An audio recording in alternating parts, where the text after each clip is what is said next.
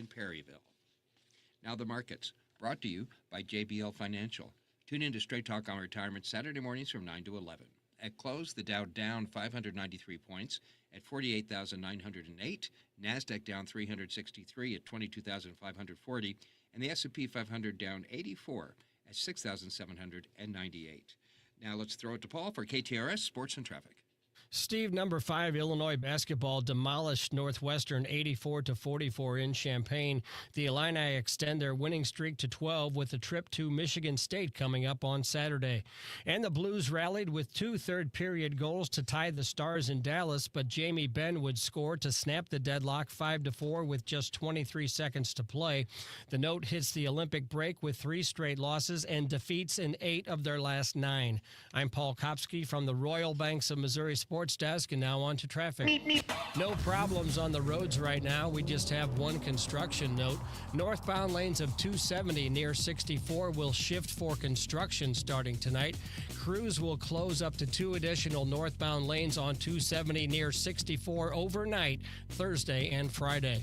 From the KTRS Traffic Center, I'm Captain Paul Kopsky on the Big 550 KTRS. Partly cloudy skies tonight, a low around 31, 47 the high tomorrow. Sunny and 36 degrees on Saturday. At 3:06, cloudy, 39 degrees at the Gold Tower at Westport. Steve Potter, KTRS News, the talk of St. Louis. The boats are back at Missouri's premier boat and fishing show. February 20th through 22nd at America Center. Take advantage of screaming deals on hundreds of boats. Check out wake surf and pontoon boats, Fishing boats and luxury cruisers. personal watercraft, and more. Enjoy non-stop entertainment. Live stingrays, pro angler demos. Get ready for fun in the sun At the St. Louis Boat and Fishing Show. February 20th through 22nd at America Center. Go to stlouisboatshows.com for info. Kids are free. Stay connected with the Big 550 KTRS, streaming 24/7 online at KTRS.com or on the KTRS app. Powered by JBL Financial. Stream Straight Talk on Retirement every Saturday morning from 9 a.m. to 11 a.m. Tune in Mondays to the Frank and Jill Show for Success St. Louis style as they feature a St. Louis and making a difference in our community. Brought to you by the St. Louis Chess Club. Building champions in the classroom and the community. Online at stlouischessclub.org. But cockroaches were the least of her problems. Heidi had to fight for every opportunity. You know, Heidi is, even though she's very kind of sweet and innocent, Heidi wanted out of the slum, and her agent wasn't doing enough. Oh my God, they moved Heidi right next to me now. Although Heidi seems serene, she's a bit naughty. she uses an ancient folk remedy to help calm her down. Heidi is back.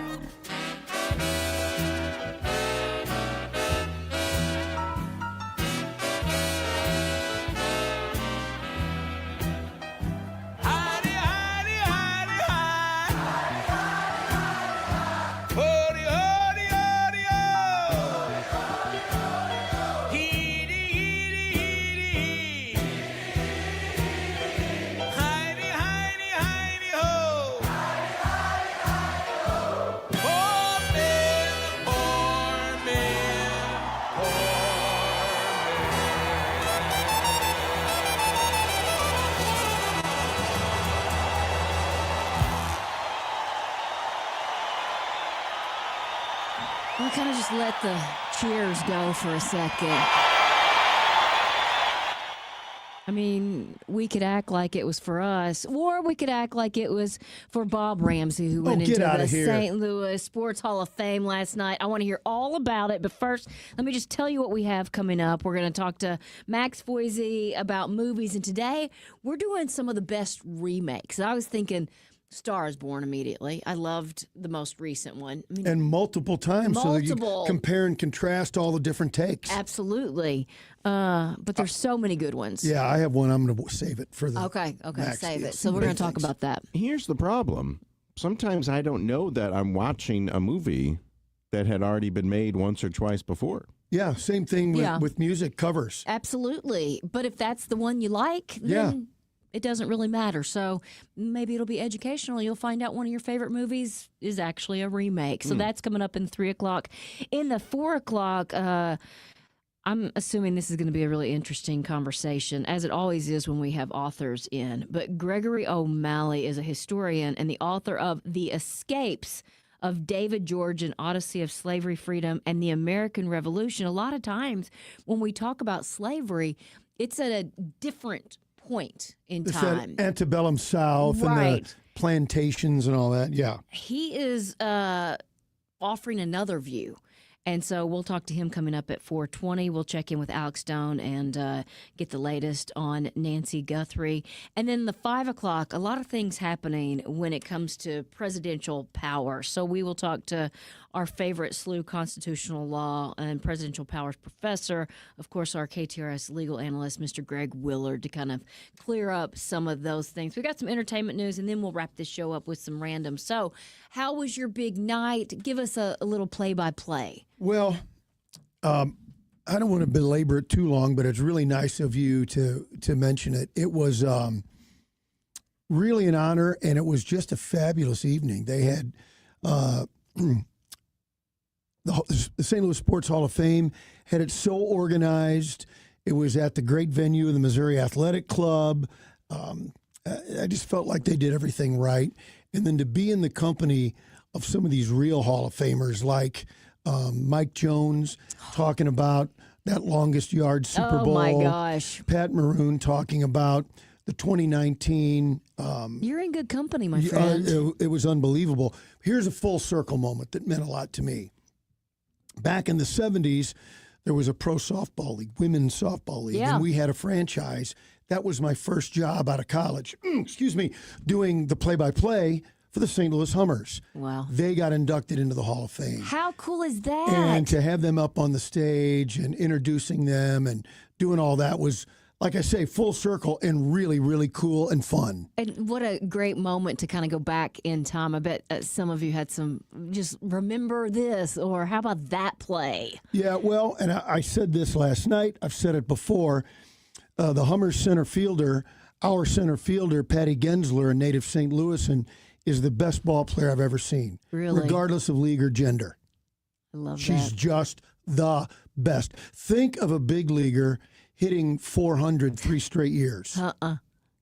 And now also think of a player hitting for 3 straight years 200 points higher than anybody else in the league. Mm-hmm. She was like spectacular. Mike Trout, but better relatively. Yeah. Played center field. It was great. And seeing all the ladies, they were so great. And, I realized that I was just a stupid long-haired kid out of college. And kind of what an opportunity to not only have a job, do what I want play-by-play, be around great people, great at their craft, but also kind of learn about women, Title IX, the struggle to get opportunity, and have it right there, right in my face to understand it.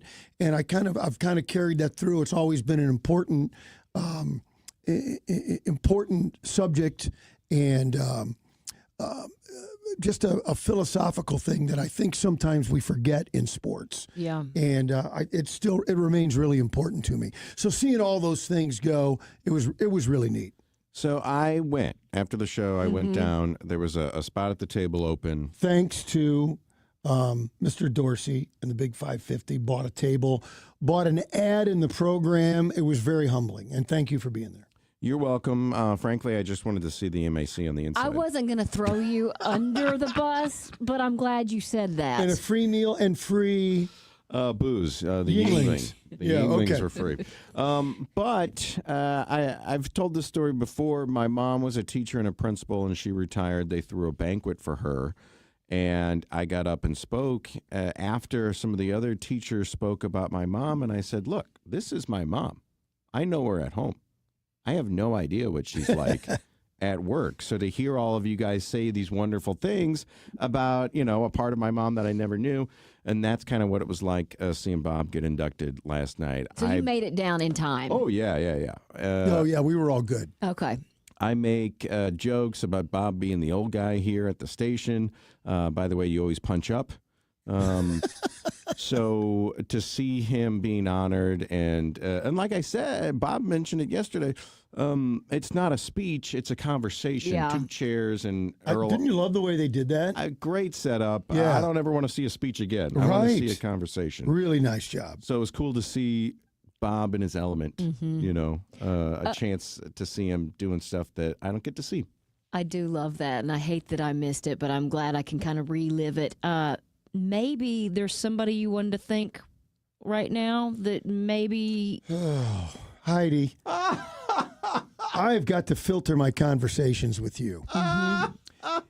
So, Josh is laughing, folks. So, I mean, this is really just an opportunity. Yeah. Probably listening. Earl Austin was...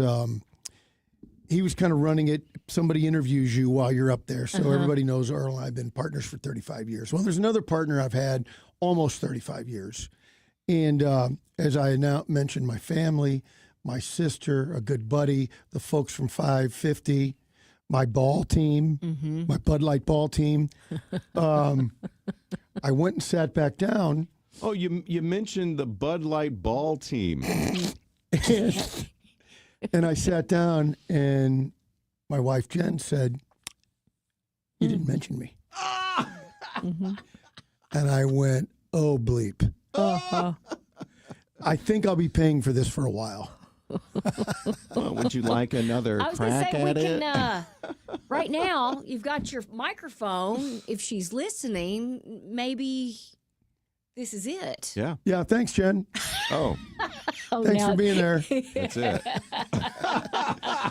No, she's going to get her say because her volleyball team's being inducted into the St. Louis University Hall of Fame That's cool. tomorrow night. God, what Wouldn't a it be- week. Yeah, what a family. Yeah. Wouldn't it be great if she thanked the Bud Light ball team as well? I hope she and does. not Bob. That would be perfect. No, it was once I went, oh boy, I'm in trouble. Oh, gosh. Look, it should be a compliment. It was understood. It was understood. Yes, you're part of my life. Right. We're intertwined. Yeah, we are one. It'd be like thanking Yeah. myself up there. Yeah. You mentioned Mike Jones, and I just learned recently Coco Jones, who is going to be performing Lift Every Voice and Sing at the Super Bowl this Sunday. Mike Jones' daughter. Well, he thanked her, but he didn't really mention specifically, my daughter's going to be singing at the national. He said nothing about it. He said, I forgot to thank my daughter at the Hall of Fame in Canton speech, so I want to thank her now.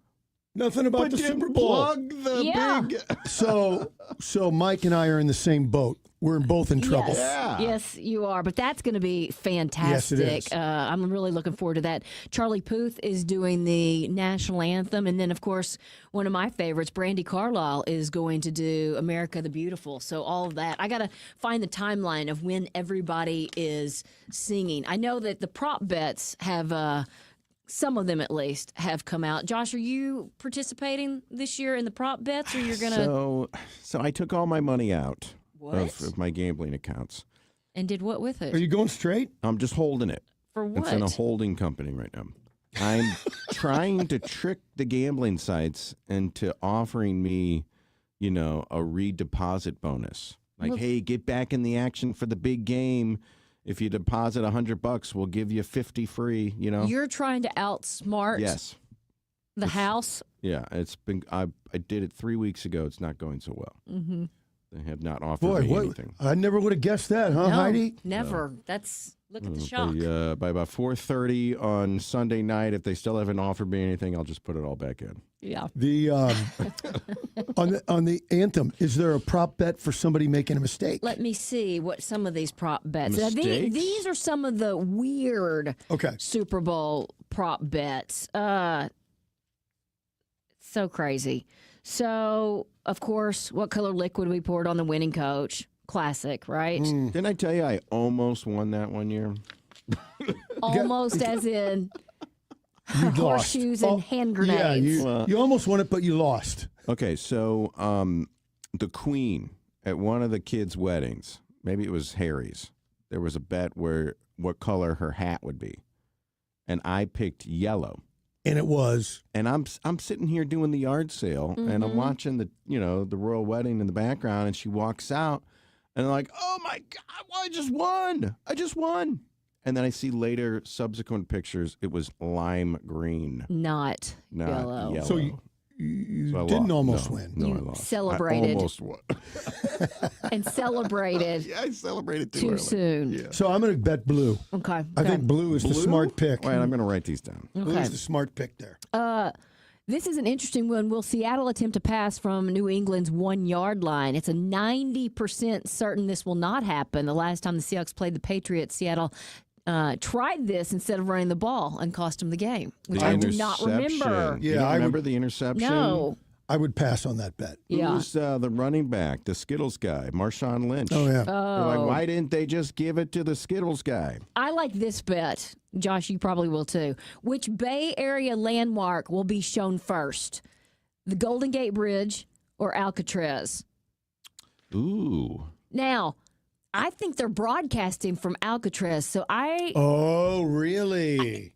a lot of people. That's an edge. The safe bet is the bridge at 91%, but I think it's going to be Alcatraz. What's that one? That's a good call. What's that one fun building there with the peak at the top? It's an insurance building, isn't it? Transamerica. Yeah, I think so. Building. Yeah. I think they'll show that a couple times, but which would be? I'm going to go. There's Coit Tower, which gets shown a yeah, lot. that's a great one. Yeah.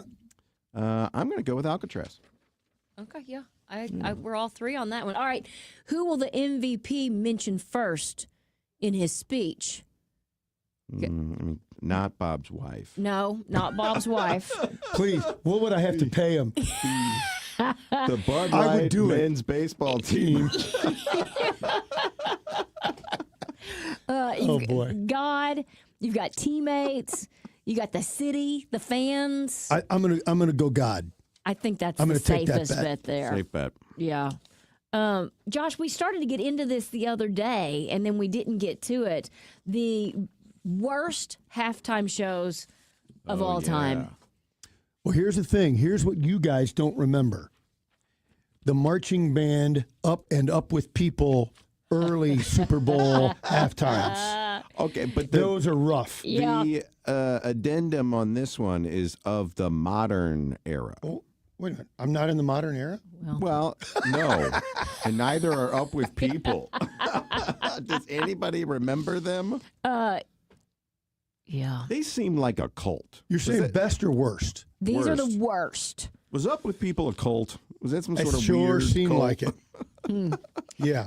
I agree with this one. I thought the Black Eyed Peas, I thought that was awful. Remember there were some audio issues? Yeah, I didn't really care for that.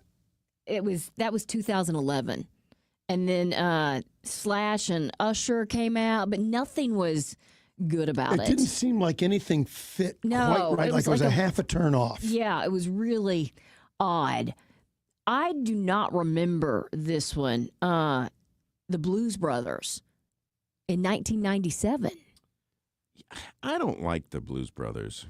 Even the original two guys. There's going to be a lot of people mad at me. And I even bought the first album. I love blues music. Yeah.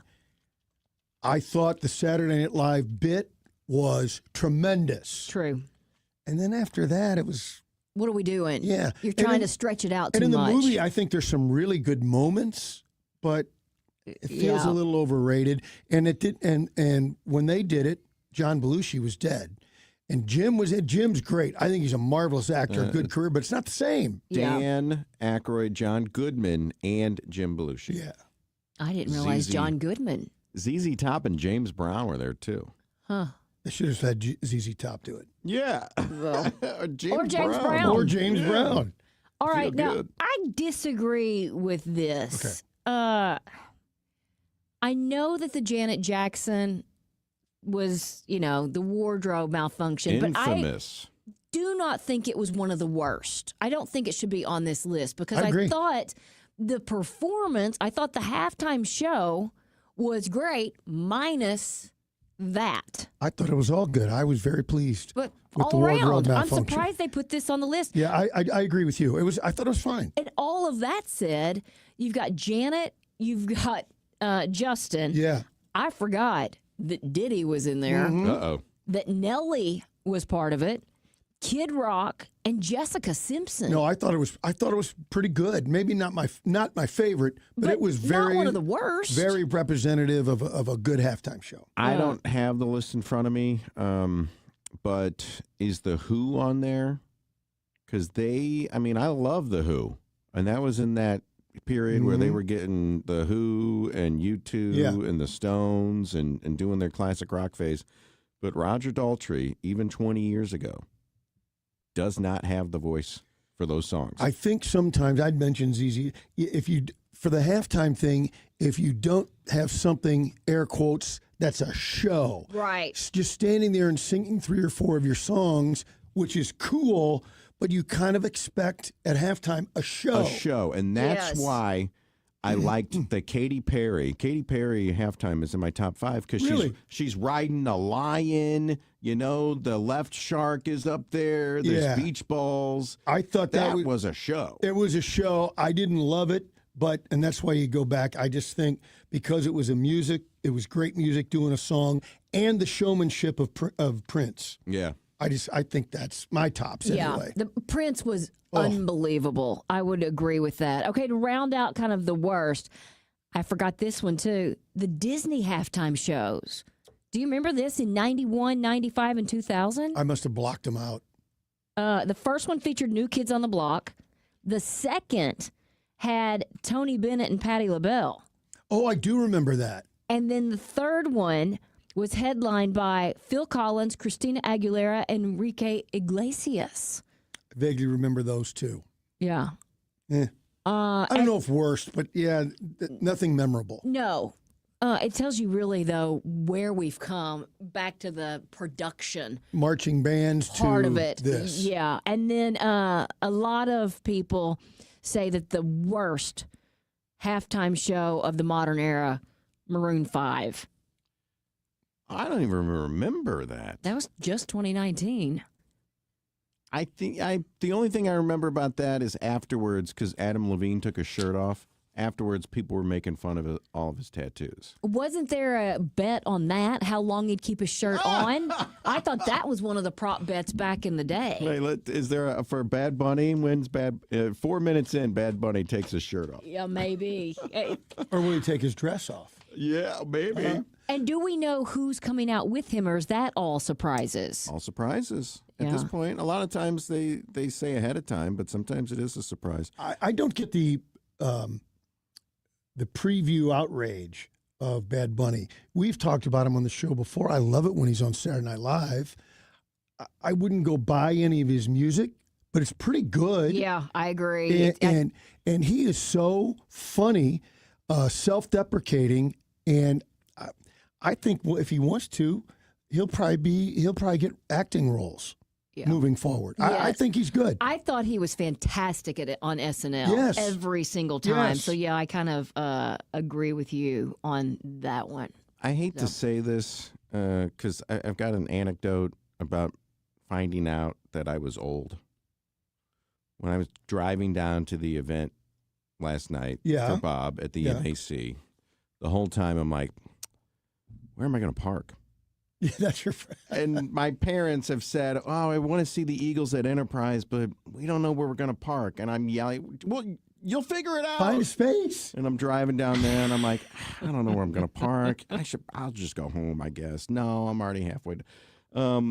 So you're old when you say, I don't know where I'm going to park. I'll just skip it. That when the where will I park becomes like the top of the list of priorities. Yes. And I think we're old when we start criticizing the Super Bowl halftime show before it even comes on. Who Bad Bunny? Who's that? Well, you know what? Yeah. I think we did the Who. Okay. Mm-hmm. We hit that one. Yeah, you're right. It might be terrible, but I bet it's not. I bet it's going to be a decent. great performance as far as that goes. Let's check in with Captain Paul, shall we, and see how traffic's moving along on this Thursday. Heidi, there's a crash on 70 East before 141, and one construction note. Northbound lanes of 270 near 64 will shift for construction starting tonight. Crews will close up to 2 additional northbound lanes on 270 near 64 overnight Thursday and Friday. Those lane closures start at 8 p.m. From the KTRS Traffic Center, I'm Captain Paul Kopsky on the Big 550 KTRS. Mom, what do you always say? There's nothing sadder than jewelry that sits in a drawer. That's why we are proud to offer jewelry repair on site at Newstetter's Fine Jewelry. We know that your jewelry is important to you, and we take that part of our job very seriously. Visit us at Doherty Ferry in Big Bend or learn more at wowdiamonds.com. You've had all these great ideas about what to do with your outside space. Now's the time to take the next step and call Outdoor Living, because Pat Leahy and the gang at Outdoor Living have built a showroom, which is a great resource for you. You can go in and see all the products they have, the composite decking, the metal framing. You see, at Outdoor Living, what they pride themselves on is building it right the first time and never having to worry about it again. So they build it. You can enjoy it for the rest of your life. Outdoor Living, their showroom on Big Bend and I-44 in Kirkwood, is a great resource for you. You can go and see all the different ways and all the different things they can do. Then they'll come out, they'll do a site visit, and in just a few short weeks, you will have the dream deck, fence, gazebo, pergola, whatever it may be. Outdoor Living right there in Big Bend and I-44 in Kirkwood. 314-966-3325 or OutdoorLivingInc.com. Check out the showroom and take that next step. You'll love it. Outdoor Living or OutdoorLivingInc.com.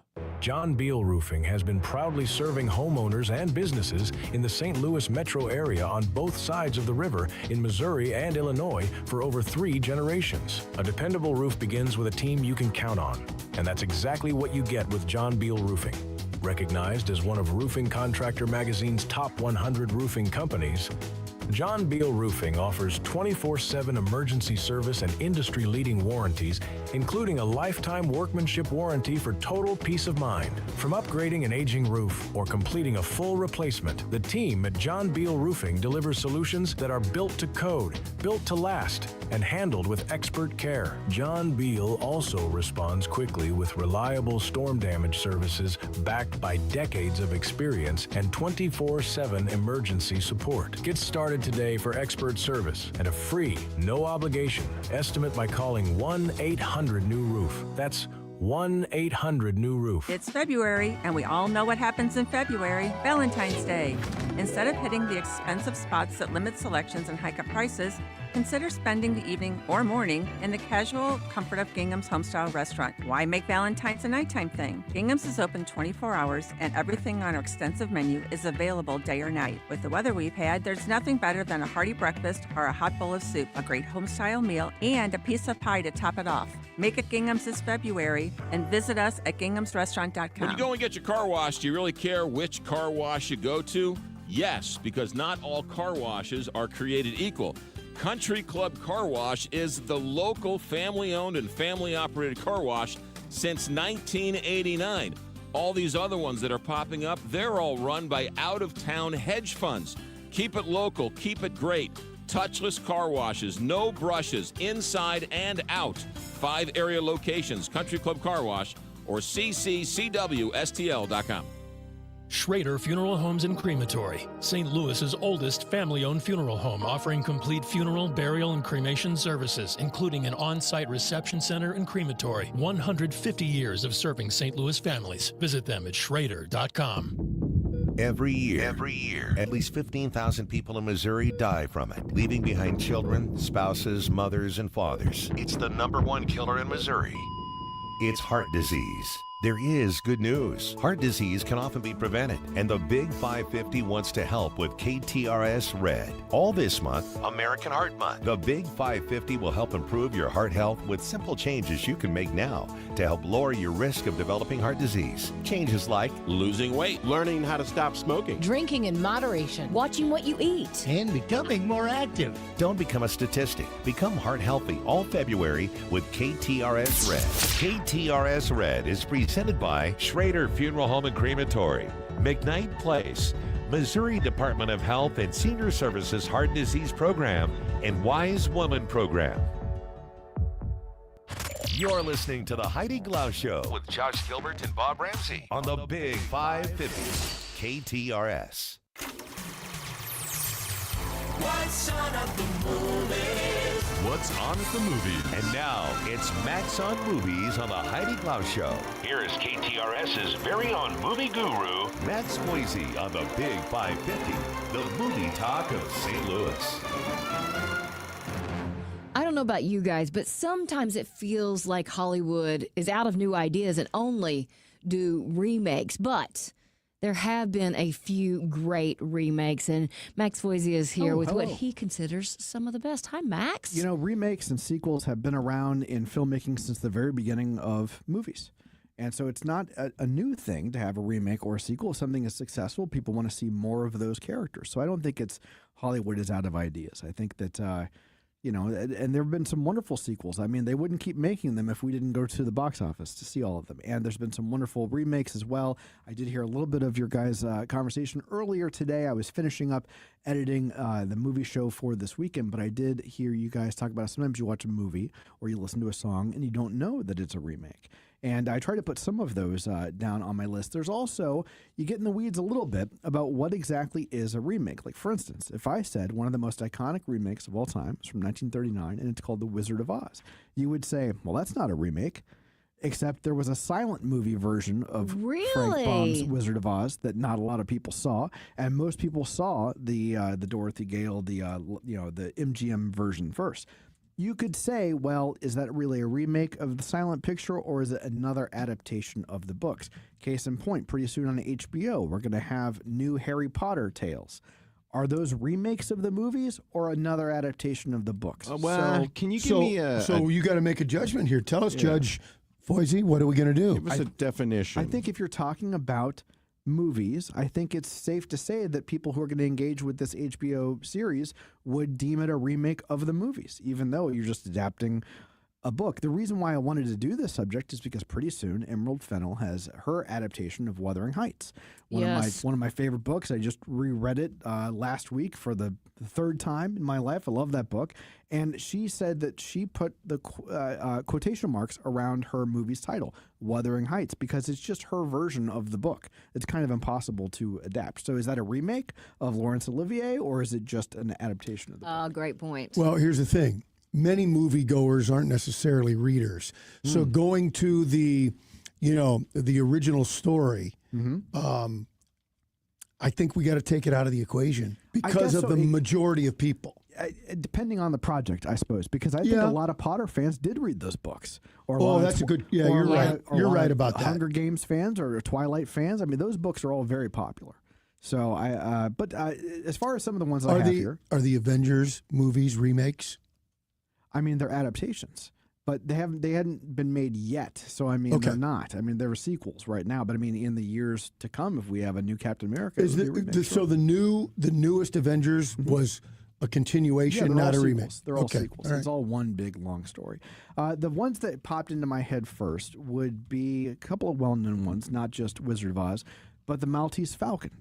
The one with Humphrey Bogart. That's the third time that story had been made. I did not know that. There you go. And so when people say, well, what are the best remakes? They have to be the ones that we keep coming back to. Yeah. Nobody's watching those earlier versions. I heard you guys talk about A Star is Born, and I think certainly Bradley Cooper's version is fantastic. People, of course, know the Chris Christopherson and Babs version of Star is Born. And before that, you had, I think it was Frederick March and Judy Garland. Yes. And then there was another one that didn't have the name Star is Born, but it's pretty much the same story. Like, so that was black and white, I think, in the 30s. 4 separate times. Yeah. Isn't that interesting? What is it about that script, that story, that keeps getting remade? I think we always have an obsession with celebrity.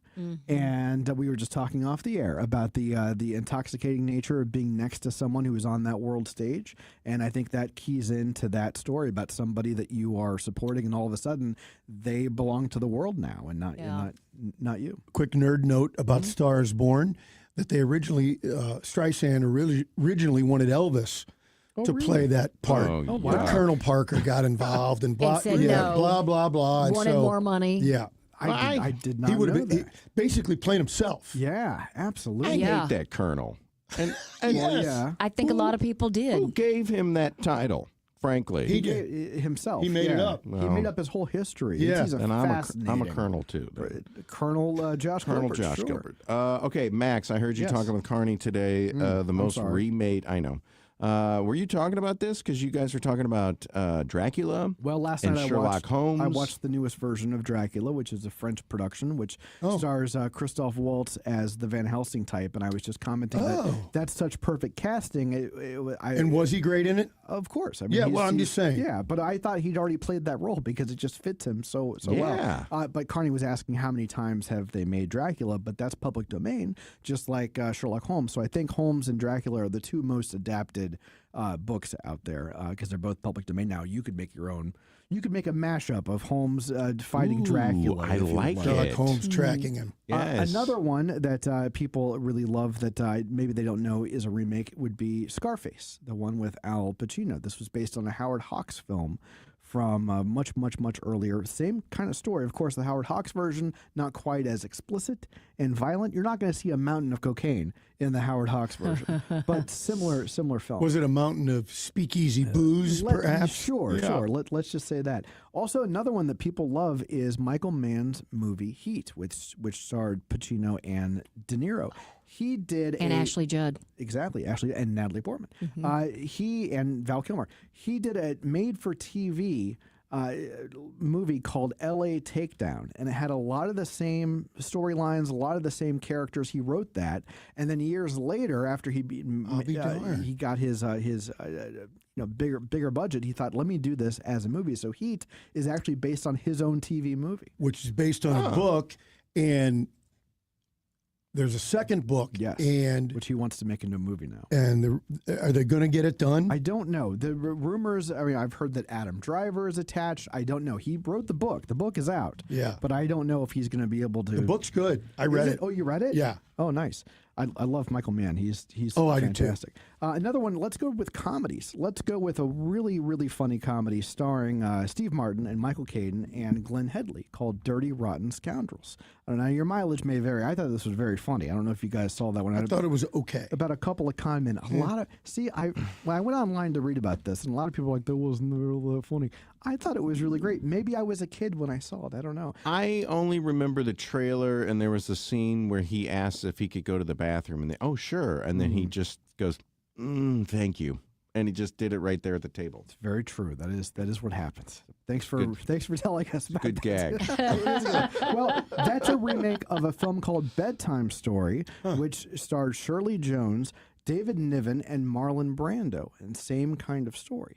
And so if you liked Dirty Rotten Scoundrels, I would recommend Bedtime Story more than a more recent remake called The Hustle with Anne Hathaway in one of the few films that I absolutely could not stand her in. And I mean, I love Anne Hathaway. She's great, but was she awful. What was the plot? I don't think I saw it. It's the same as Dirty Rotten Scoundrels. That's what I'm saying. No, I didn't see it. It's just not The Hustle. called that. It's called The Hustle, yes. I think that's so confusing when they remake something but they don't use the same name and you think maybe they just copied something. I'd rather them go with the original The same name. Yeah, Then so you we know know. that Scarface is based on Scarface. Yeah.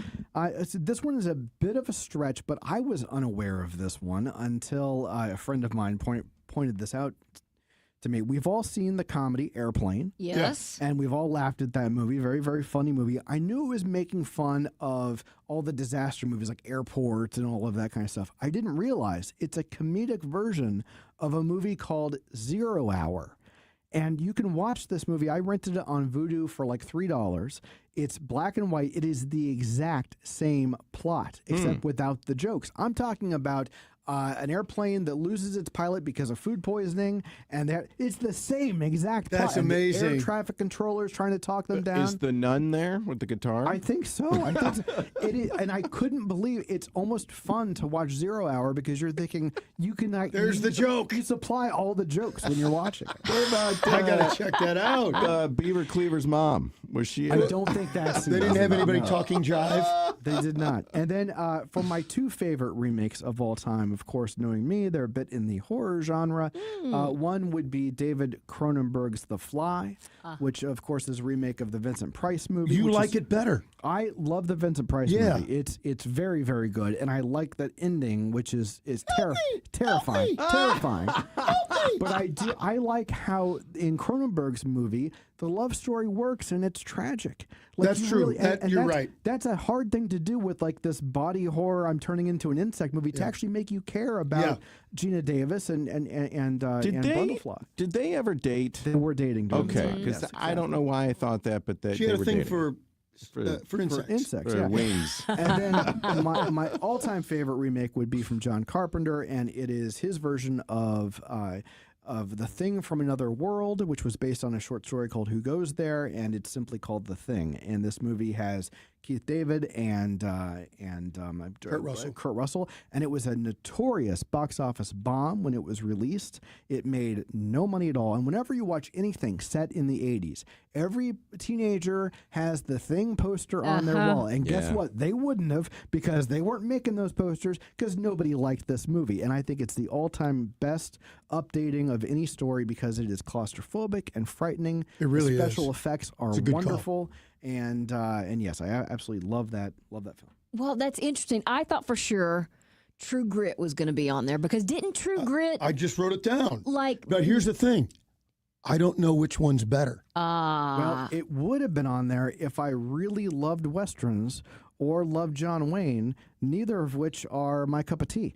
And so when I watched the Coen Brothers remake, I was impressed by the young actress who I believe was nominated. Haley Steinfeld. Well, we didn't know who she was back then. That was her first movie. It's Haley Steinfeld. And I thought, well, she's really talented. She was really good. And she was nominated for an Academy Award. And of course, now she's gone on to, she was just in Sinners last year. She's married now to Josh Allen. Exactly. But at the time, we had no idea. No, she was a kid. Yeah. And so good for the casting directors and for the Coens for giving her that. I love the Coens. Yes. But I also love John Wayne. Mm-hmm. So as I look at it, there are pluses and minuses to each when you start to compare them. For instance, Matt Damon and Haley Steinfeld are much better than Glenn Campbell and Kim Darby. Yes. Much better.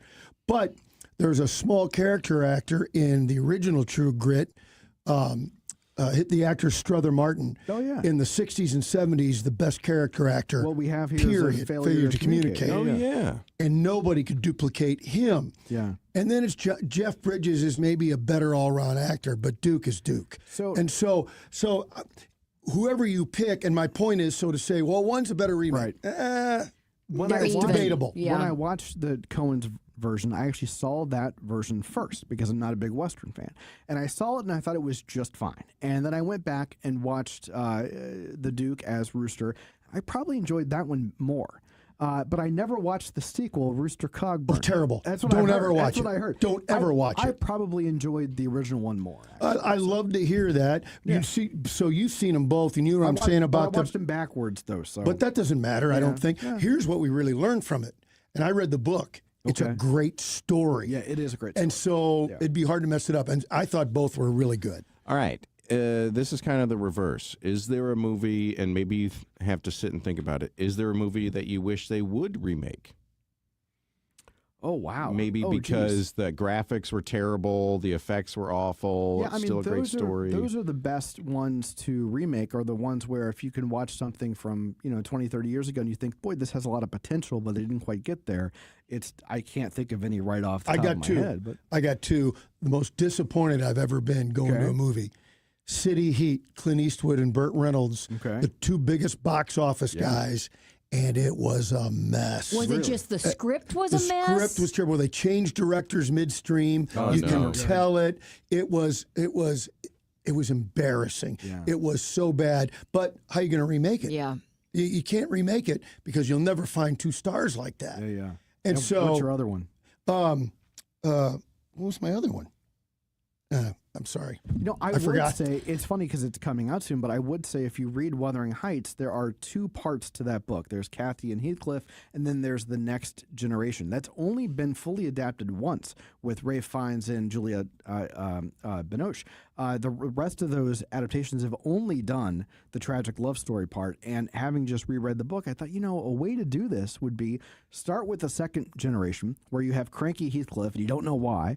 And then at the second half of the movie, you do a flashback and have the romance end it. That would be, and nobody's done that. And I thought that would be a cool way to adapt it. Do we have time for me to throw a couple of things at Max? Okay. Did Cecil B. DeMille, did he do a silent 10 Commandments and then came back 30 years later and remake it? I do not know that. Okay. I don't know. And wasn't Spartacus a remake? Yeah. From the silent films to the Kirk Douglas. Yes. And that was a Kirk Douglas did a sort of a director for hire thing because the director they had, he was not getting along with, so they fired him, and he said, this Kubrick guy could do a great job, and that was one of the only things that Kubrick didn't develop. He was brought on just as hired gun, but it was a huge success, and it gave him that carte blanche to be able to become Stanley Kubrick. But that was because of Kirk Douglas. A couple other ones. My first one that I think the remake is Casino Royale, because the first one was a comedy. It's a comedy, and it was a mess. It was awful. How about this one, Heaven Can Wait? Warren Beatty. It started out as, let me put my glasses on, a play. Then it became Here Comes Mr. Jordan. Right. Then another movie called Down to Earth, and then Warren Beatty makes Heaven Can Wait. And I think I think Down to Earth might have been afterwards.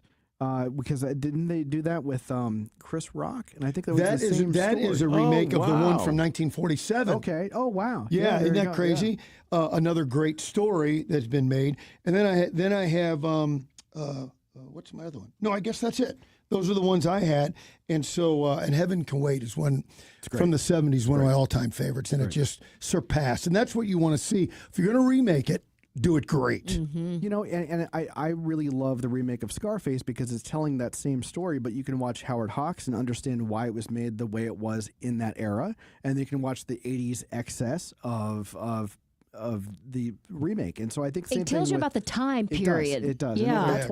That's why I'll never just outright reject a remake, because I do think that, like any good piece of art, it's a mirror to where you're at right now. So well said. What are you going to be talking about this weekend? This weekend, I was fortunate enough to be invited into a virtual press conference interview with the filmmaker behind the animated film Arco. Oh. And he brought along the producer and voice actress of the project, known as Natalie Portman. Nice. And so I got a question. The moderator asked my question, and Natalie answered it. I can't even get this out on the air. He's floating. I love it. So I'll be airing that this week, and I'm just gobsmacked. Oh, cool. I know. I'm over the moon. We will be listening. Thanks, Max. All right, before we get to traffic, I stand corrected on the text line. Apparently, Frank Cusimano and myself thought that Coco Jones' dad was Mike Jones, the tackle. It's Mike D. Jones, who, oddly enough, also played for the Rams and the Titans. So, kind of crazy. It's easy to be confused. He was a defensive end as well. Yes. And no, Mike was a linebacker. Our Mike. Okay. So it's a very, big guys, but not the same guy. So I just wanted to clear that up. Played for the same teams. Played for both of the teams, yes, actually. which is so weird, right? 7 minutes before 4. Captain Paul, how's traffic? Heidi, there's a crash on 70 East before 141, but it's not causing a slowdown.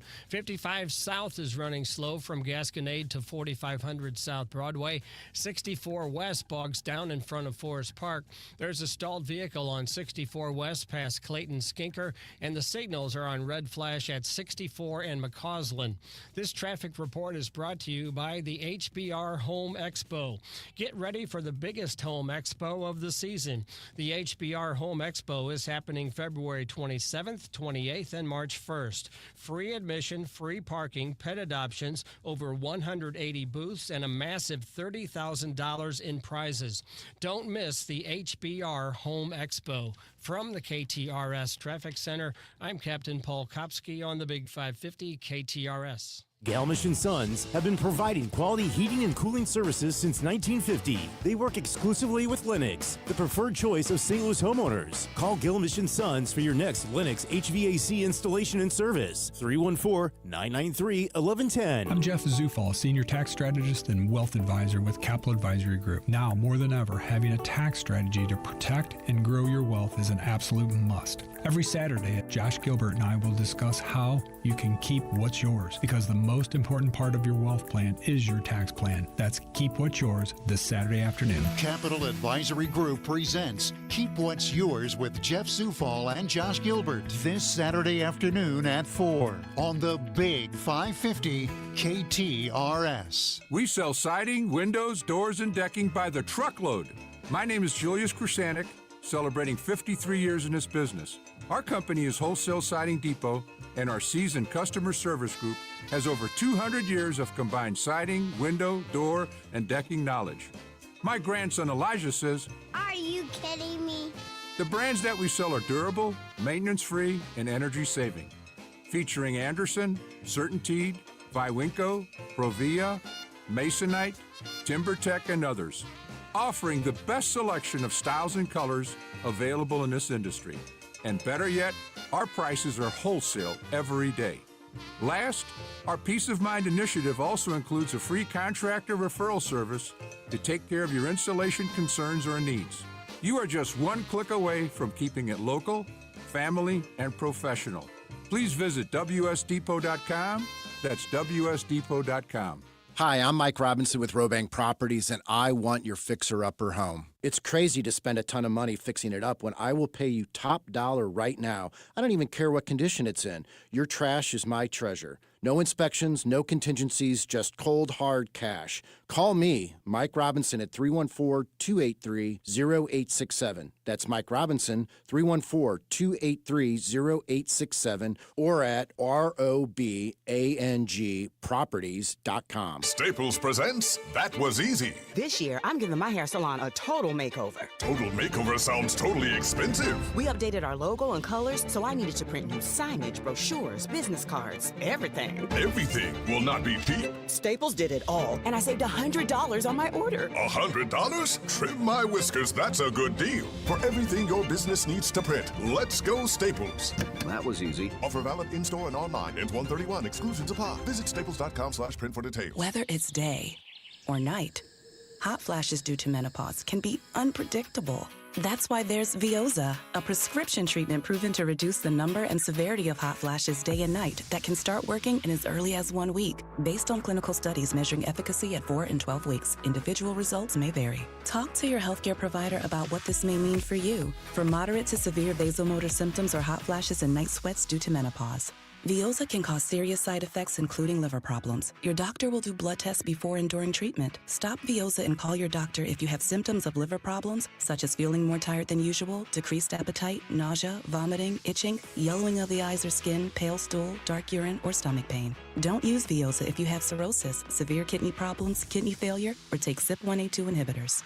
Ask your doctor about Veoza. To learn more, call 1-866-239-1637 or go to Veoza.com. That's VEOZAH.com. Paid for by Stellus Pharma. Now is the perfect time to fall in love with your next home. First Community has a home loan that is perfect for you.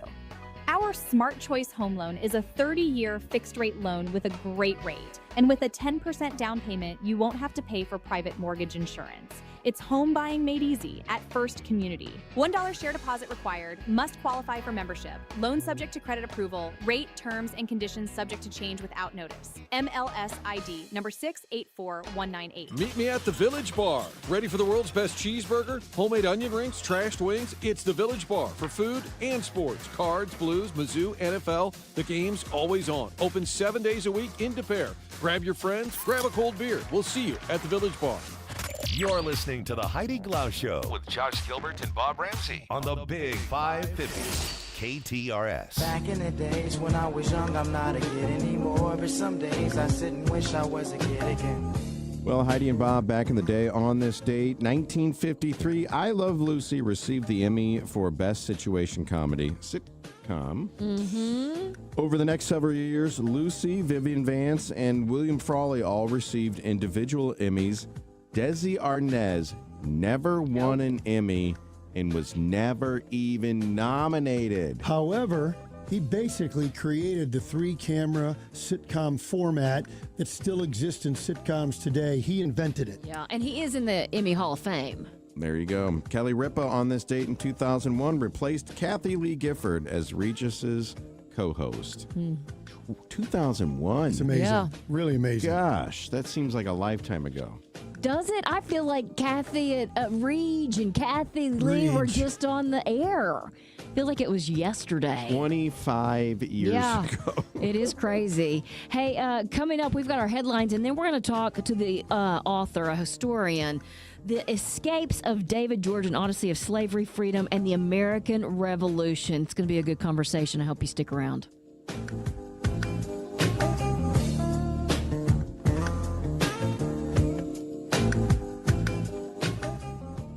The Big 550. KTRS St. Louis.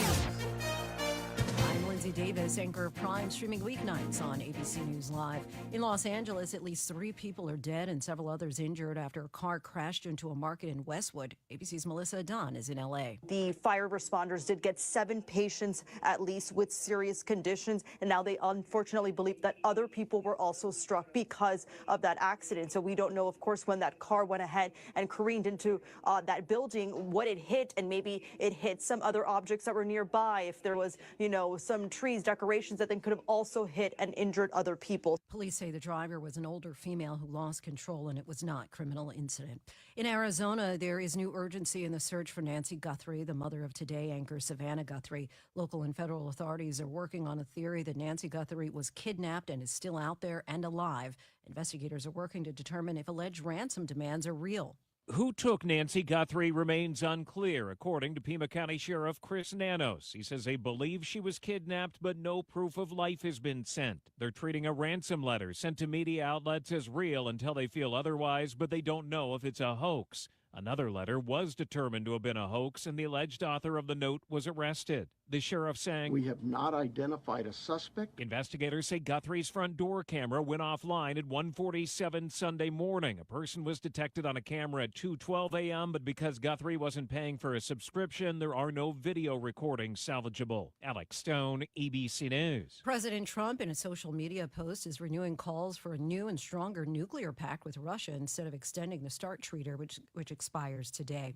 After 80 years on the market, Minute Maid will no longer sell frozen orange juice. The company says it will focus on fresh juices, which consumers prefer. The frozen concentrates will be phased out during the first quarter of this year. You're listening to ABC News. 41 degrees at 4:02 with KTRS News. I'm Steve Potter. A town hall meeting set for tonight will address efforts to combat violence in St. Louis and will highlight the Save Lives Now initiative, which is designed to reduce violent crime in St. Louis County by 20% over 3 years. Tonight's town hall will begin at 6 o'clock at the St. Louis County Library's Clark Family Branch on Lindbergh Boulevard in Ladue. February is Heart Health Awareness Month. According to WashU Medicine in St. Louis, cardiovascular diseases are the leading cause of death worldwide. On Friday evening, the American Heart Association is holding an event at the Ritz-Carlton in Clayton as part of its Heart of St. Louis campaign. And recently on the Frank and Jill Show, Dr. Gus Theodos of BJC Healthcare talked about the importance of making healthy choices. Well, the heart's such an amazing organ, and there's a lot to it. And so there certainly are people who are born with kind of congenital heart disease and maybe have a genetic predisposition to certain things. But truthfully, a lot of what we see is really more based on just kind of the way we live our lives and kind of a more American diet and things of that nature. Theodos recommends exercising 30 minutes a day, 5 days a week, eating more fruit and vegetables, and limiting consumption of red meat. The St. Louis Board of Aldermen will consider a bill aimed at stopping ICE from opening a detention center in the Gateway City. The legislation would impose a 5-year moratorium on permits and approvals for detention facilities not under local control. Meanwhile, an Illinois lawmaker is pushing a bill that would ban the hiring of ICE agents from serving as law enforcement officers. The bill would ban police departments in Illinois from hiring anyone who is employed by ICE between January 20th of 2025 and January 20th of 2029. And for the first time in more than a century, the Olympics are coming back to St. Louis, and soccer fans from around the world will be headed to the Gateway City in 2028. It's part of a nationwide footprint for the 2028 Los Angeles Olympics and a major win for St. Louis, which hosted the third ever Olympics and the first in the United States back in 1904. Matches in 2028 will also be played in New York City, Columbus, Nashville, San Jose, and San Diego, with the final matches scheduled for the Rose Bowl in Pasadena, California. Energizer Park will be known as St. Louis Stadium during the games. You can register for the ticket lottery at la28.org. And more Olympic fun could be on the horizon as the St. Louis Sports Commission bids on the U.S. Olympic Marathon trials and is working to be part of the torch relay. Sobe Bay, KTRS News. This KTRS Business Minute brought to you by Walter Knoll Florist. Show your loved one that you care this Valentine's Day with hand-delivered flowers. Send a sweet surprise with one of their head-turning arrangements or gift sets. They have wonderful selections ready to say, I love you. Trust Walter Knoll Florist to deliver your Valentine's Day gift. Go to WKF.com. A settlement resolving the state of Missouri's lawsuit against IBM related to a previously discontinued compensation program has been announced. The Missouri Attorney General's office challenged the company's use of a diversity modifier in its hiring practices, asserting that such practices raised concerns under the Missouri Human Rights Act. Now the markets, brought to you by JBL Financial. Tune into Straight Talk on Retirement Saturday mornings from 9 to 11. At close, the Dow down 593 points at 48,908, NASDAQ down 363 at 22,540, and the S&P 500 down 84 at 6,798. And now for KTRS Sports and Traffic, let's check in with Paul. Steve, Mizzou basketball sophomore Hunter Boateng has undergone surgery on his left leg following an injury suffered against Mississippi State last weekend. The surgery will unfortunately bring Boateng's season to an end. And the Blues made a move before Wednesday's trade freeze, sending Nick Bugstead to the Devils in exchange for a prospect and a fourth-round pick. With the note languishing in last place, this could be the tip of the iceberg of transactions to come after the Olympic break. I'm Paul Kopsky from the Royal Banks of Missouri Sports Desk, and now on to traffic. There's a stalled vehicle on 64 West past Clayton Skinker with traffic backed up to Kings Highway. 55 South is running slow from Gasconade to 4500 South Broadway. We have a stalled vehicle on 64 East at Mason, and the signals are on red flash at 64 and McCausland. This traffic report is brought to you by Neighbors Credit Union. If you're ready to upsize, downsize, or first-time home buy, turn to the team at Neighbors Credit Union. At Neighbors Credit Union, you'll find great rates, expert advice, and personalized friendly service throughout the entire home loan process and beyond. That's just what you'd expect from a great neighbor. Apply online today at neighborscu.org. From the KTRS Traffic Center, I'm Captain Paul Kopsky on the Big 550 KTRS. Our forecast calls for partly cloudy skies tonight, an overnight low around 31, 47 the high tomorrow, then sunny and 36 for the high on Saturday. Right now at 4:07, we do have some sunshine, 41 degrees at the Gold Tower at Westport. Steve Potter, KTRS News, the talk of St. Louis. Way back in time, if you had a leak in the roof of your hut, I imagine you had to find a tree close by, scale it, and then jump and hope you could get up there and see what was wrong. Then came the advent of the ladder. There was an easier way to get up there and see if something was wrong. And with modern technology, we finally get around to the drone. Now, the folks at Allen Roofing use those instead of trees and ladders. Send a drone up, find out if there's anything wrong with your roof, get some pictures, go over it with you, and see if there's a problem, how bad it is, what they could do, what it'll cost, or if everything's just fine, they will tell you that too. Boy, it's so nice we don't have to climb trees to look at our hut. Allen Roofing embracing technology and doing quality roof repair, siding, gutters, everything for the outside of your home. Just ask Gronk. He was one of the first customers. It's Allen Roofing. Find him online at aroofing.net. You're listening to the Heidi Glaus Show with Josh Gilbert and Bob Ramsey on the Big 550 KTRS.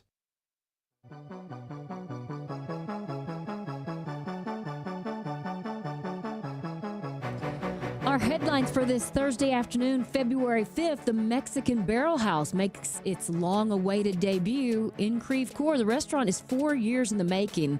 The former Hula Hands on North Mason got an extensive remodel that transformed every corner of the space. North Mason? Where is that? North Mason here in Creve Coeur. Oh, in Creve Coeur. Okay. I know where it is. You do? Yeah. The Mexican Barrel House is a 280-seat space, currently in the soft opening phase with limited hours on select breakfast, lunch, and dinner dates ahead of the grand opening on February 16th. The menu has 3 parts: authentic Mexican favorites, Tex-Mex barbecue, and American breakfast. The kitchen will also offer rotating daily specials like a roll of brisket and steak atop a bed of mashed potatoes. Ooh. The restaurant is only open for dinner now through Saturday, and then the breakfast menu launches February 9th. It's still in development, but you can expect a lean towards American classics like pancakes. And in anticipation of big crowds, I love this. There's a separate compact bar station off the kitchen to take the pressure off the main bar staff. Because how often are you waiting for a table and then you can't get in to get your drink? An even smaller bar cart is stocked with the basics and can be rolled out tableside as well. And it's rare to see Mexican wines here in the States, but there's a nice introduction to both whites and reds on the menu. So very nice. The Mexican Barrel House needs to be on your list. Yes. Oh, my turn. One quickie here. Cougar spotted roaming the streets of San Francisco. Write your own joke here. What's her number? No, that's not bad off the cuff. Yeah. No, a mountain lion, which is how did it even get in downtown San Francisco? Yeah. It's a I don't know, really weird. You know what I love about this animal? What? Cougar. One of my favorite animals, by the way. Is it really? The cougar, yeah. How about that? Cougar. The one with 4 legs? We don't need to get into specifics. Super Bowl weekend. They're all crawling out. Cougar, puma, mountain lion. All the same. Catamount. Mountain jack. I think this animal has 10 different names. Yeah, it does. And 9 lives. There you go. Dun, dun. Woman taken to a hospital after swallowing. Garbage. A large spoon. Oh. Spoon? What? She was Remy Emelinks, something like that. 28 years old. Was eating yogurt with a spoon, texting, put the spoon in her mouth, 2 hands to text. Very important text, apparently. Her dog jumped on her and made her swallow the spoon. How? Now Was this one of those little wooden spoons that they hand you for a she's taste? holding, looks like a regular teaspoon. Oh my Let me see that. gosh. Looks like a teaspoon. Oh, how did she swallow? She's got a new job in the circus after this. It stuck. It didn't swallow it all the way to her stomach right away. She choked on it. She was choking. She couldn't get it out with her hands, so her mouth was closed. It was who came to her house, her boyfriend or something, and at first didn't say anything. She was embarrassed. Finally, obviously, had to say something. Then she eventually swallowed it and then realized she had to go to the hospital. I don't know if you can see it on the camera, folks, looking in. Oh, my gosh. There's the x-ray of the spoon in her abdomen. Wait, I got to see this. Oh, my goodness. That is crazy. It's now. Give me that picture. And today, with AI, I don't know how much of this is true, but what do we do? The utensil was removed 2 days later, surgery under local anesthetic. She came home and she decided to keep the spoon. Yeah, I would too. Yeah. Is that? I'd probably frame it. Yeah, but not in the drawer, right? No, I mean, here's your soup. Wait a minute, is this? Yeah. I want a different spoon. Yeah. Just give me a fork. Man. But people swallow weird things all the time. Oh boy. My aunt was the lead ER nurse for a long time. Oh, and can we get her on the show? I loved Christmas. Can we get her on the because show? the stories were so good. And it was before HIPAA. Yeah. Do you remember that story where the guy fell asleep with his AirPods in and he woke up and he could only find one of them? And he ate it, right? And he hit the button and to try because it'll That's a deep sleep right there. It'll ding. Yeah. And he could hear it in his stomach. Swallowed his own AirPod. Yeah. I don't know how you do it. All right, you guys know I talk about pizza all the time. A lot. Not enough, actually. But Pizza Hut has announced they're closing hundreds of locations across the United States while its parent company continues. I still like the Hut. I hate the Hut. Well, nobody is surprised. Yum Brands, which also owns Taco Bell and KFC, revealed in Wednesday's earnings call that 250 underperforming Pizza Hut stores are closing in the first half of this year. They did not release a list of which stores are going, but they announced in November a formal review of strategic operations for Pizza Hut. They have consistently struggled in the tough pizza landscape against chief rival Domino's, and we mentioned a couple months ago, I think in the Wall Street Journal, they said pizza is struggling. Yeah. And one of the reasons for that is because now that you've got DoorDash and Uber Eats and all the food delivery, you're not just stuck with pizza. If you want something delivered to the house. I remember back, I think we only had Chinese food delivered like twice in my whole life. But for, 40 years, it's only been pizza or Chinese food. Now you can get anything delivered. That's true. But did you see one place is thriving? Emo's has broken a decades-long rule, and they have a limited-time honey trap pizza. And they're doing kind of a... it's a national partnership with Mike's Hot Honey. Exactly. They brought one here to the station the other day. Who was that for? But we ate it before you guys got here. I was going to say, I have an email saying, let me know when we can drop one off. Tomorrow. Apparently, they already did. Oh, bring it by tomorrow. Was it good? Yes, it was great. But and they do the... I don't know how they get the special pepperonis to do this. Where it curls up? They curl up. Yeah. I love Was there a it. little honey drop the honey in that? is in. Yeah, the honey kind of sits in there. That's great. Okay. It's pretty spicy, though. When I get my Emos, I want it well done. So I get a little more crustier crust, and the pepperonis really turn up and get crinkly almost. I love it. At the wine bar out in Newtown, if somebody would order a cheese pizza, sometimes we would take the pepperoni pizzas and pop the pepperonis off and take those, put them on a separate pan, and just cook up the pepperonis. And they were like pepperoni Little chips. finger food. Yeah. Snacks. Oh, that's Somebody cool. on the text line did say Hut's got by far the best black olives, and I will agree. There is something special about those black olives because that's usually one of the toppings that I choose. Now, is that right? Thankfully, I have not given up pizza, and I've still been able to lose weight. And part of that, maybe all of it, goes to a tip of the cap to Premier U. Did you see I just stole your tip of the cap? I'm learning. Anyway, Premier U does a lot of things, but what they have helped me with is my weight loss. And I have been beyond pleased because I struggled for probably close to 5 years. And I just thought, well, eventually I'll have enough willpower to do this. And I don't know if you've seen all the interviews with Oprah. And she said she just thought she was weak. She thought it was about willpower. Well, ladies, I'm here to tell you, and even men, when you get to a certain age, it's no longer about willpower. You can do everything right. You can get on that treadmill for an hour a day. You can lift for an hour a day, and you can eat as healthy as possible. And certain things just don't change. That's why I turned to Premier U, and the results have been fantastic. Now, the, weight loss medications like Ozempic and Mounjaro, and these are the cheaper versions of those, the generic equivalents, are part of it. But then it's also that one-on-one time you get every time you meet at Premier U. You meet once a month, and they kind of check in. Like, for example, when I first started this just over a year ago, we did a whole workup of, is it thyroid? Are you short on some kind of vitamin? Do you need more of this? Now we're going to redo those blood samples next time I go in and just see where we are on all that. People have been known to get off some of their cholesterol medicine or high blood pressure medicine. It's really about just overall health with Premier U, and they can do so much to help. So check them out online, premiertheletterumed.com, premiertheletterumed.com, or give them a call and set up that first appointment, 618-750-LIFE.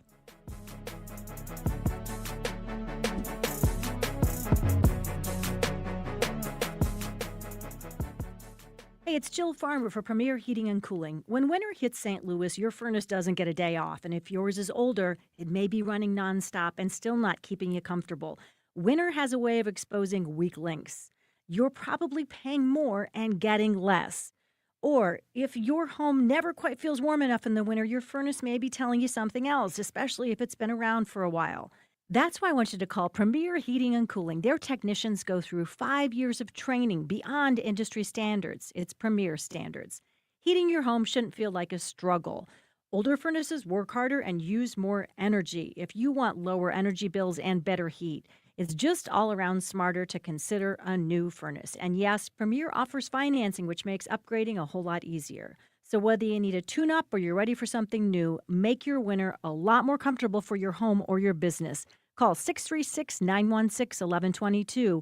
PremierHeatingCooling.net. Comfort you can count on. Fielder Electric Services has been meeting the needs of residents and businesses in the St. Louis area since 1987. As a family and Christian-run business, Fielder Electric believes in treating the customers the right way. Fielder Electric provides service to residential, industrial, or commercial businesses. Under the directive of a licensed master electrician, all work is completed by our professional electricians. Get a free quote from them today. Visit them online at fielderelectricservices.com or give them a call at 314-773-4955.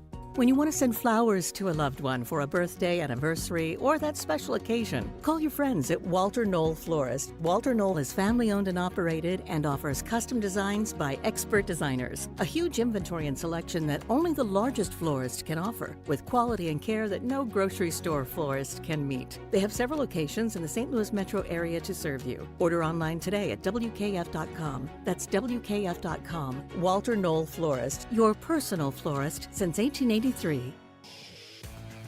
I'm Farmer Dave, and here's my good friend and owner of MasterCars Inc., Alex Rosenberger, with today's hot MasterCars Inc. deal. Thanks, Farmer Dave. I'm combating wintertime blues by purchasing cool cars and motorcycles. Do you have a unique, low-mile, or super clean car you'd like to sell? Call me. I'm looking for Corvettes, Mustangs, Camaros, Harleys, Ducatis, Porsches, or anything super low-mile and super clean. Even everyday cars if they're exceptionally nice and well cared for. I'll come to you if you're in the St. Louis area, especially if you have more than one vehicle to sell. It's okay if you have a loan on it. We'll make the payoff. We make it easy. Hop on our site and submit your vehicle. We'll take it from there. So rev that motor and point your car in the direction of MasterCars Inc. and buy or sell today. 4100 Namioki Road in Granite City, or visit MasterCarsInc.com to get more details. That's MasterCarsInc.com. Are you prepared to take advantage of all the new changes in the tax law this year? Hi, I'm Jeff Zufall, Senior Tax Strategist and Wealth Advisor at Capital Advisory Group, and the author of the #1 best-selling book on taxes, Keep What's Yours. This year, we're celebrating 50 years helping area businesses get their financial plans in order, reduce their tax liability, and stop overpaying their federal and state income taxes. I'm also launching my newest book, Keeping What's Yours, the Strategic Tax Planning Guide for the One Big Beautiful Bill. The One Big Beautiful Bill Act made permanent many of the tax rules from the Tax and Jobs Act signed into law in 2017, but also added many new benefits to both businesses and households. My new book, Keeping What's Yours, the Strategic Tax Planning Guide for the One Big Beautiful Bill, outlines the details. Get your copy today at capitaladvisorygrp.com or find it on Amazon. Schrader Funeral Homes and Crematory, St. Louis's oldest family-owned funeral home, offering complete funeral, burial, and cremation services, including an on-site reception center and crematory. 150 years of serving St. Louis families. Visit them at Schrader.com. You're listening to the Heidi Glaus Show with Josh Gilbert and Bob Ramsey on the Big 550 KTRS.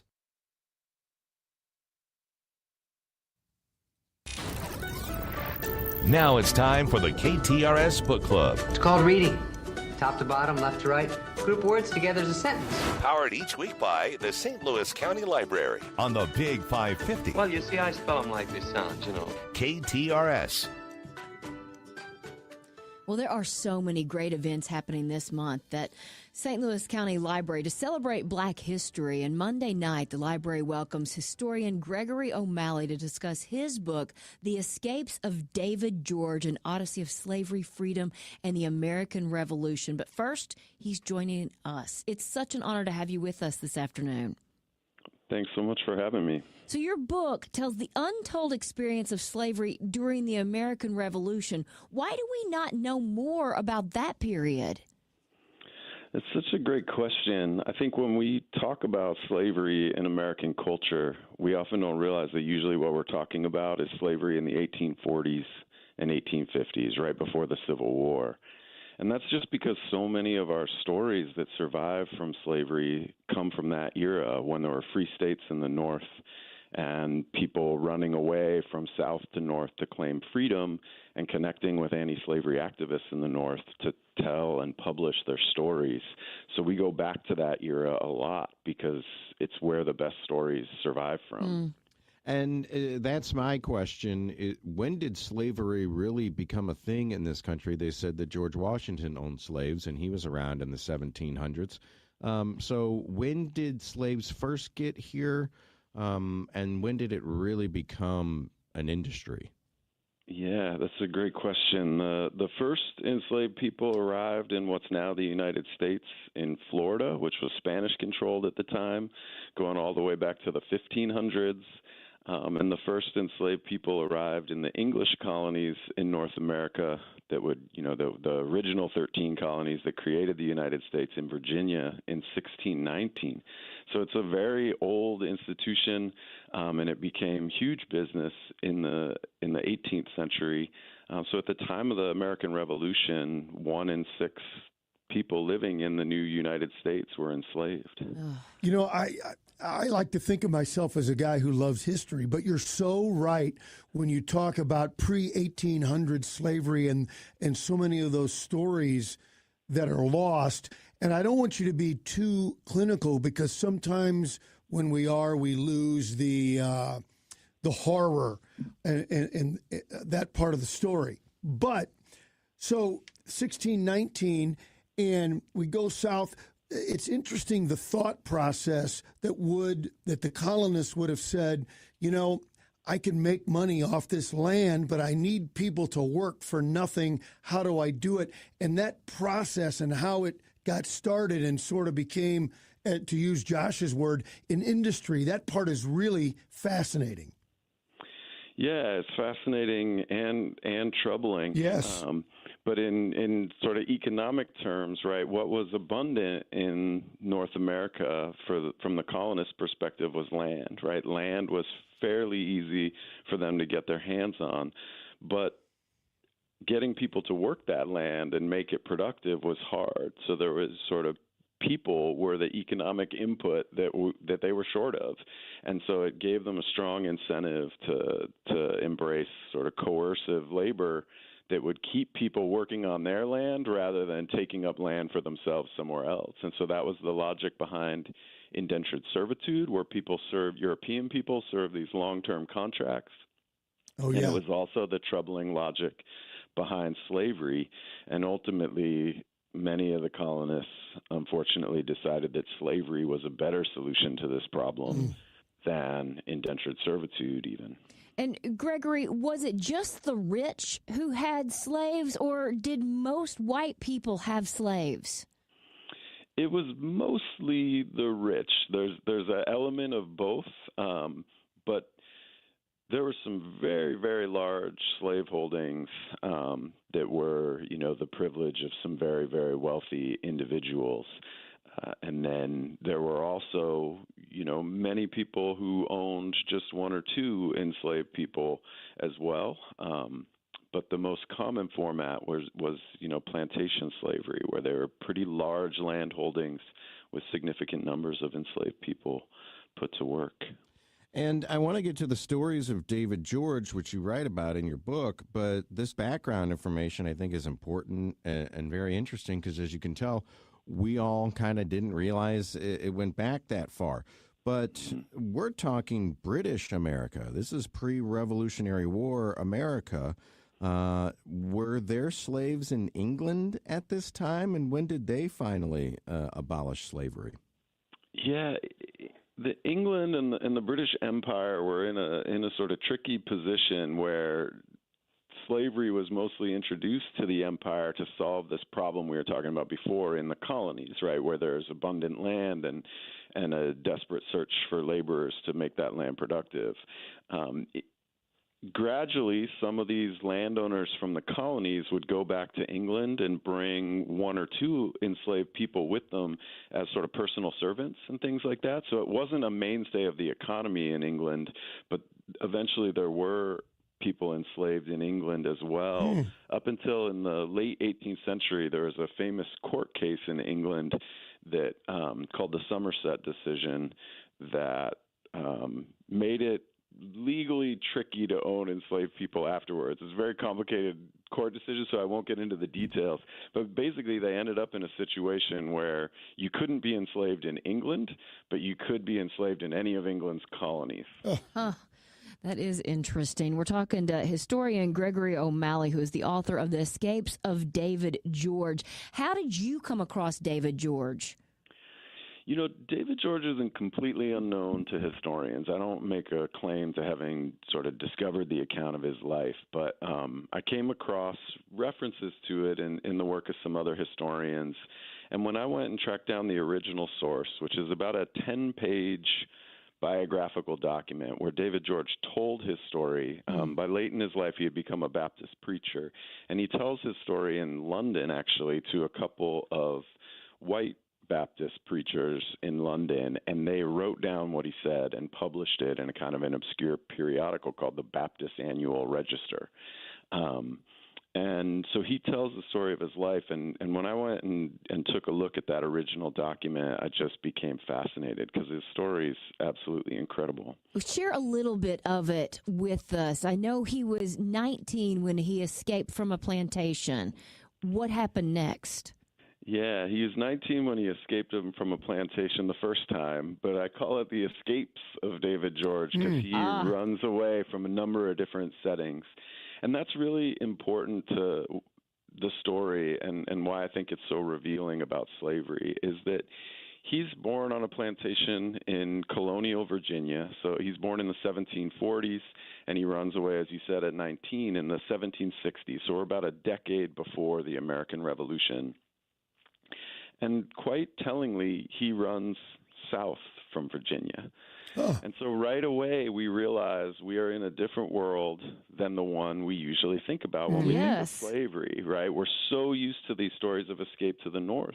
But these were all British colonies, and slavery was legal in all of them. Slavery was not only legal, but practiced in New York, in Massachusetts, in Pennsylvania. So there wasn't any particular logic to running north. And so David George ran south and managed to survive for several years on the run, basically by offering his labor to frontier farmers trying to carve an existence out of the wilderness in North America. They would harbor him illegally in exchange for his work. And then when people looking for him as a runaway slave would come near, he would run again and run again. And eventually he crossed North Carolina, crossed South Carolina. And when pursuit found him again, he ran up into what he says, up among the Creek Indians. So he runs into the Muskogee Creek Nation and is taken captive by the Creeks. He lives among that indigenous community in a town called Caseta for a few months. And then they sell him to a colonial fur trader, and he ends up back in the British colonies again. Oh, boy. Enslaved on a plantation in South Carolina, and he lives there up until the Revolutionary War. Okay, so you mentioned he would hide out, but then when people would come, he would run again. But, you know, they're not walking around with driver's licenses. They're not walking around with papers. Bob mentions the horrors of slavery. Did they brand people back then like they would with cattle? How would they even know whose he was? Yeah, that's a great question. You know, they sometimes did. Some owners did brand people. That was especially common in the transatlantic slave trade. On the ships, they would often brand people. But another factor in all this is simply that any black person was sort of assumed to be enslaved unless they could prove otherwise.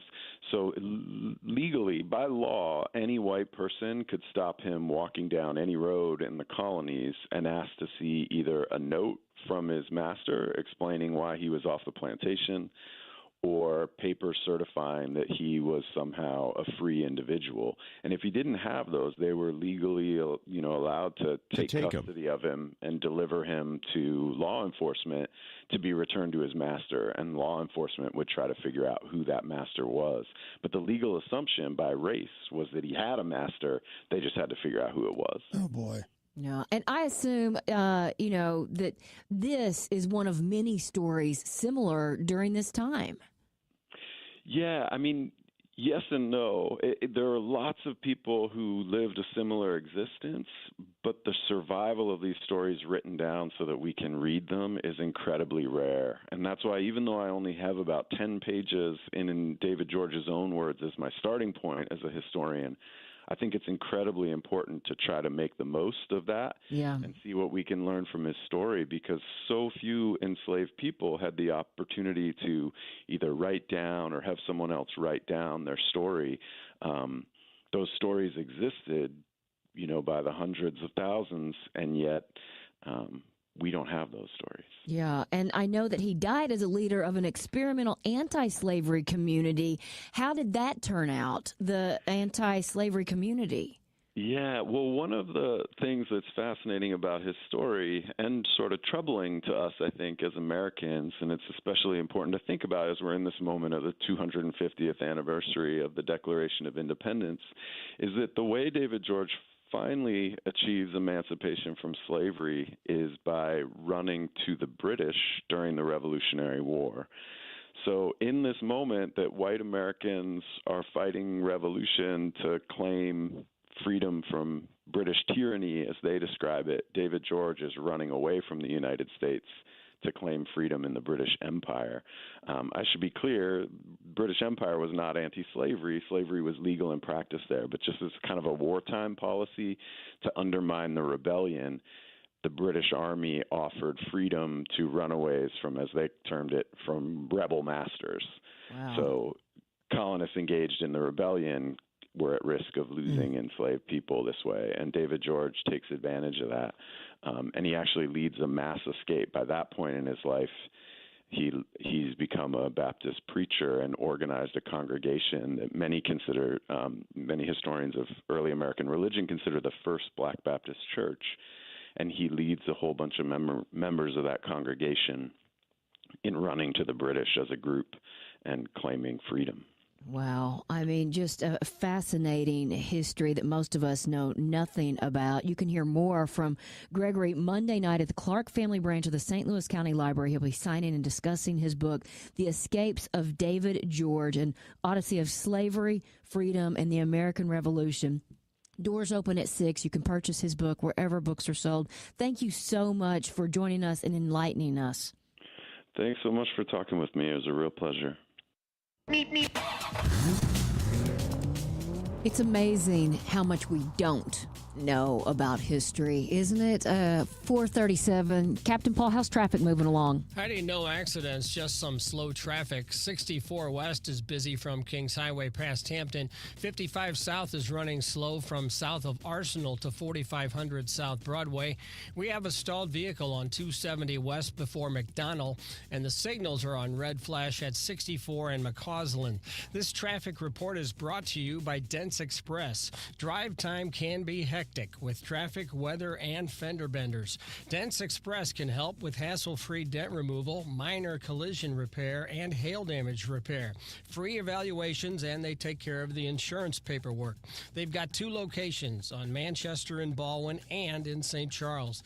DentsExpressSTL.com. From the KTRS Traffic Center, I'm Captain Paul Kopsky on the Big 550 KTRS. Well, Captain Paul is telling you what to do if you have a dent in your car, but what do you do if you have dents in the roof of your house, your shingles are starting to peel off. Well, thankfully, Dalco Home Remodeling can help with your roof. They can fix your roof or they can do a whole new roof. But Dalco can do a little bit of everything. They do doors and windows, sliding doors, French doors, front doors, you name it. And they do energy-saving vinyl replacement windows. The coolest thing about all of it is they make them right here in Missouri. So talking about keeping jobs in America, let's keep them even more local here in Missouri and buy with Dalco. They can also do a complete bathroom remodel. So if you have a remodeling project, a redo in your near future, make Dalco Home Remodeling your first call because, for years, Dalco's slogan has been, if you buy somewhere else and find out how much you could have saved at Dalco, you'll blow your stack. So don't blow your stack. Call Dalco first, 314-298-7300. You can also go online, DalcoHomeRemodeling.com. And now, KTRS weather. I'm First Alert 4 Chief Meteorologist Steve Templeton. Not nearly as cold tonight, low down to 31, and then a warmer day with a high of 47. A little brighter, too, partly sunny skies. It will be breezy, though, winds gusting at times to 30 miles per hour, but a warmer, dry day for Friday. Saturday's our cold day. Sunday is our warmer day. So Saturday, mostly sunny and a high of 36, a bit of a chill. But the payoff is Sunday for a big warm-up and a high of 53 with mostly sunny skies Sunday afternoon. That's the latest from the First Alert 4 Weather Center. I'm Chief Meteorologist Steve Templeton for the Big 550 KTRS. Why do the national tax resolution firms need the tiny fine print at the bottom of all their TV ads? Hi, this is Lance Story with the Lance Story Law Firm. You don't hear fast-talking disclaimers in our ads because the claims we make are 100% transparent. The Lance Story Law Firm primarily focuses on one thing, IRS problems, and we're regulated by the Bar Association, and we have a AAA rating with the Better Business Bureau. IRS issues are serious legal issues. The Lance Story Law Firm has helped thousands of clients navigate the best resolution plans, and we tell you up front exactly how much it'll cost. Tax resolution law is all we do. So before you send money to some out-of-town, high-pressure salesperson, give us a call at the Land Story Law Firm, located right here in St. Louis. Call today to schedule your free consultation with me, 314-260-6120, or visit lance.drurylaw.com. The choice of a lawyer is an important decision and should not be based solely upon advertisements. In times that feel uncertain, music can bring us together. Join the St. Louis Symphony Orchestra for Prokofiev and Child's Anthems of Resilience. Experience a shared journey of hope, strength, and humanity as the SLSO explores the greatness of the human soul through Prokofiev's Symphony No. 5, Rena Esmail's Remember, and Billy Child's Diaspora, featuring saxophonist Stephen Banks. February 6th and 7th at Powell Hall at the Jack C. Taylor Music Center. Tickets at slso.org. Hey, it's Heidi, and if the new year means a new look for your home, look no further than Dalco Home Remodeling. Let me just tell you, customers could not be happier. If you're looking for new windows, Dalco Home Remodeling has you covered. If you're looking for a new door, they can custom make you a front door. They can do French doors, they can do sliding doors, and they can stain it or paint it to whatever you have going on or whatever new color you want to add. Let me just tell you about some of the happy clients. You've got Alex, who said, I had Dalco replace several windows and doors on one of my properties, did a top quality job for me, would definitely recommend. And he's just one of many. You know, Dalco Home Remodeling has been around for more than 50 years. They are family owned and family operated. So if you're ready to get your dream project underway, go to DalcoHomeRemodeling.com. You can also give them a call at 314-298-7300. For all of your travel needs, you go to the best travel agency in the world. Granted, I'm a little biased. Altair Travel and Cruises. They'll take you wherever you want to go in style. They'll handle all the details. You handle all the fun. Don't go to the Googles. Don't make that mistake. It all starts at Altair Travel and Cruises on Brentwood Boulevard, 314-968-9600. Anywhere you want to go, let Altair Travel take you. AltairTravel.com. Before you put your home on the market, before you have to pay money fixing it up to sell it, before you have to pay real estate commissions, call me. I'm Mike Robinson with Robank Properties, and I will buy your home. Any property, any condition, anywhere, and always as is. Call me, Mike Robinson with Robank Properties at 314-283-0867. That's 314-283-0867. You have nothing to lose when you call Robank Properties at 314-283-0867. You're listening to the Heidi Glaus Show with Josh Gilbert and Bob Ramsey on the Big 550 KTRS.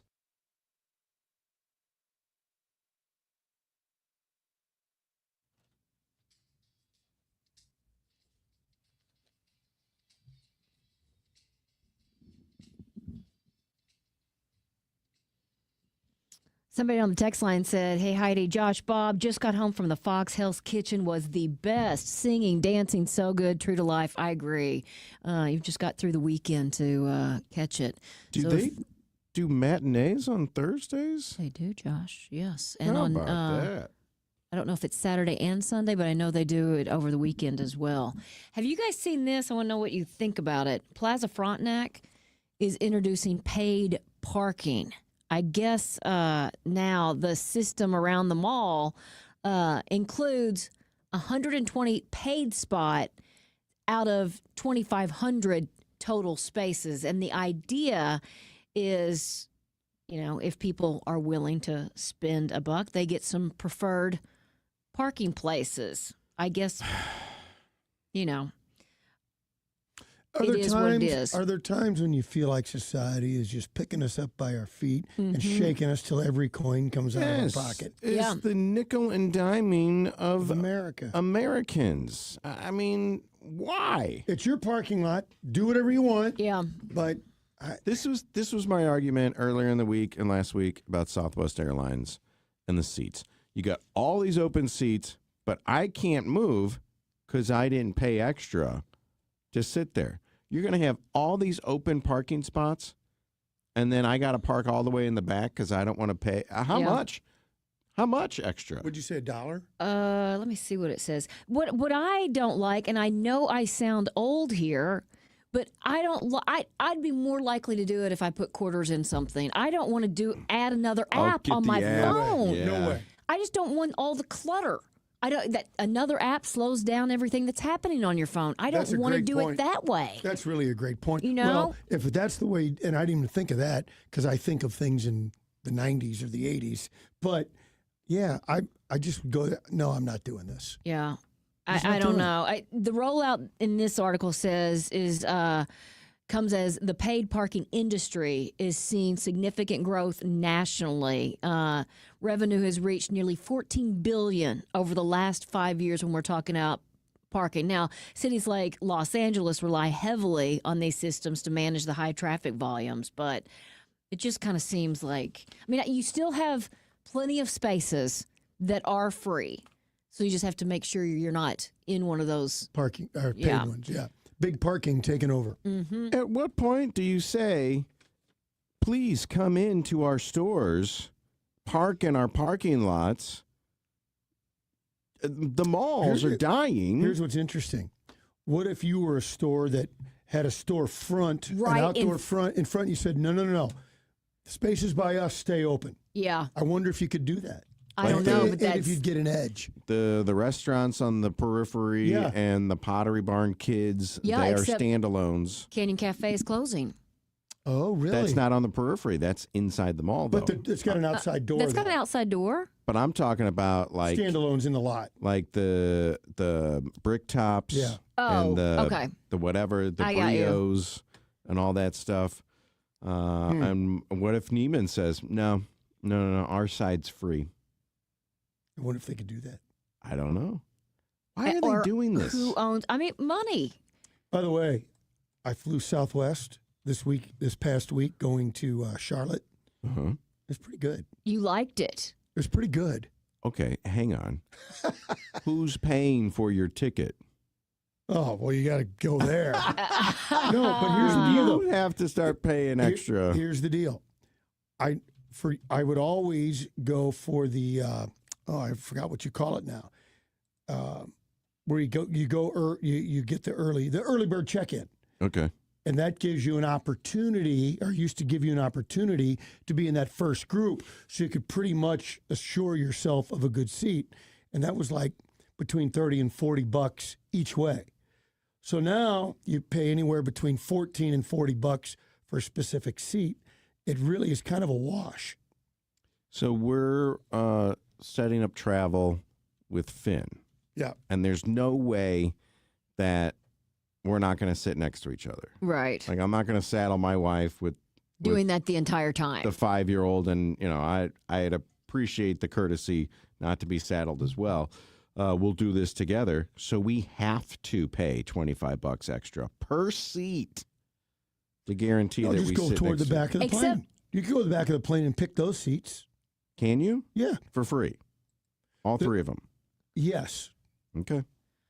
I was going to say, I'm pretty sure. Now, it wasn't Southwest, but we did just do that with Frontier, paid extra, and still didn't have seats beside us. Don't forget. But didn't they? That was a mistake. Well, or was that not a mistake? I mean, we don't know. The boarding pass, our seats were different. So, yeah, it's one of those. Did you get a refund? No, we ended up sitting together because next to there were open seats, and we asked the flight attendant if we could move, and she said yes. Well, apparently, in the first week of the rollout of Southwest, they're not allowing you it. You can't. No, do that. I'm aware, which is kind of crazy. Yeah. Now, on the flip side of paying more for parking or paying anything at all, PepsiCo said it plans to cut prices by 15% on popular snacks. We're talking Lay's, Doritos, Cheetos ahead of the Super Bowl, and they promise no shrinkflation. This is the same bag, just a little bit cheaper. Okay. Do you remember the story that I did a couple months ago? The 8 different sizes of Lay's potato chip bags? That might have been when I'm on I vacation. don't remember that, but 8 sizes? There's 8 different sizes of bags, and it's all to do, And they're all filled with air. We need one that costs $1, but we're not going to give them the big bag, so they created, a 6th bag that they could charge $1 for and just take out, 2 more ounces or whatever. So they promise that these are going to be the same size bags. That's what they say, but just a little bit cheaper. And just this weekend. They know that people are, cramped. Yeah, and stocking up. Well, that too. All right, 9 minutes before 5 o'clock. Captain Paul, how's traffic moving along? Pretty good, Heidi. We are accident-free, just some slow traffic. In Illinois, 5570 is congested from Black Lane to just west of 159. 64 West is busy from Kings Highway past Hampton.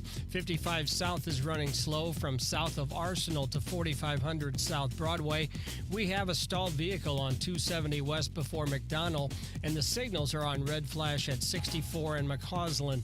This traffic report is brought to you by the St. Louis Boat and Fishing Show. It's the premier show for boaters, fishermen, and anybody that loves the outdoors. The St. Louis Boat and Fishing Show at the Americas Center, February 20th through the 22nd. See the boats, pet live stingrays, visit the Cardinal Cowboy, trophy white-tailed deer mounts, and more. Visit stlouisboatshows.com for more info. From the KTRS Traffic Center, I'm Captain Paul Kopsky on the Big 550 KTRS. All right, I've talked about it a couple times. I'm going to tell you about it again. Rufino's painting. Spring is coming up. You need to do your deck. You need to stain your deck. You need to stain your front porch. And you don't need to be doing it yourself, because I've been there, and it is not pretty. Rufino's painting. Mike Rufino, he listens to the station. He painted our hallways here at the Big 550 KTRS, and he will stain your deck with a paintbrush. He doesn't do the roller. He doesn't do the spray. He will hand paint and stain your deck, and it's going to look great. And you're not going to have to touch it or strip it because you put the wrong color down. Mike Rufino is a professional. Rufino'sPainting.com, 636-655-0820. Get a free estimate on your deck stain today by calling Rufino's Painting, 636-655-0820. It's Jill Farmer. Medicare is overwhelming. Parts, plans, deadlines. It's a lot. That's why so many of you turn to Ryan Raphael, the Medicare man. Ryan breaks Medicare down in plain English, helps you compare options, and make sure you're not overpaying or undercovered. No pressure, no confusion, just clear guidance from someone who actually cares. If you're turning 65, already on Medicare, or helping a parent navigate it all, start with someone you can trust. For the right plan, call a Medicare man. 314-368-6808, MedicareManSTL.com. The Missouri Valley Conference Men's Basketball Tournament has been the showcase for buzzer beaters, madness, and championship glory. With nearly 5 decades of heart-racing excitement, it begins here at Enterprise Center. The 2026 State Farm MVC Tournament, presented by Credit Union One, Great Southern Bank, and SSM Health, tips off on March 5th through 8th. Celebrate 50 years of the Valley's postseason championship. Get your tickets now at archmadness.com. You're listening to the Heidi Glaus Show with Josh Gilbert and Bob Ramsey on the Big 550 KTRS.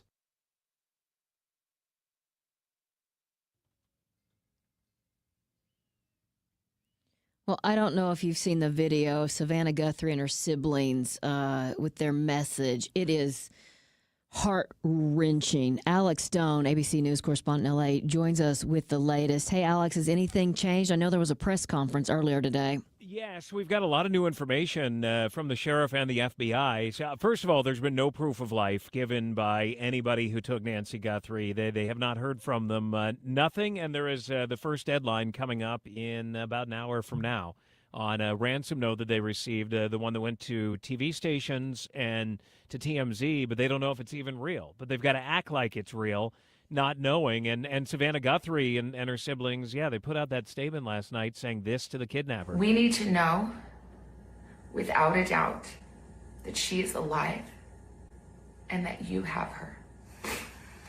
We want to hear from you, and we are ready to listen. And the FBI is paying attention to that note because it did include details about an Apple Watch and a smashed light, things that the kidnapper would have known, but it was also, those were reported in the media. This is why, police want to keep things secret on the scene that only the kidnapper would know. That they need to figure out when the note was written versus when it was reported in the media, that maybe it's somebody overseas watching coverage or reading about it and putting that in there, so it could have been a hoax. There has been at least one known hoax ransom letter and person who's been arrested for that. California guy allegedly texting the family a ransom note.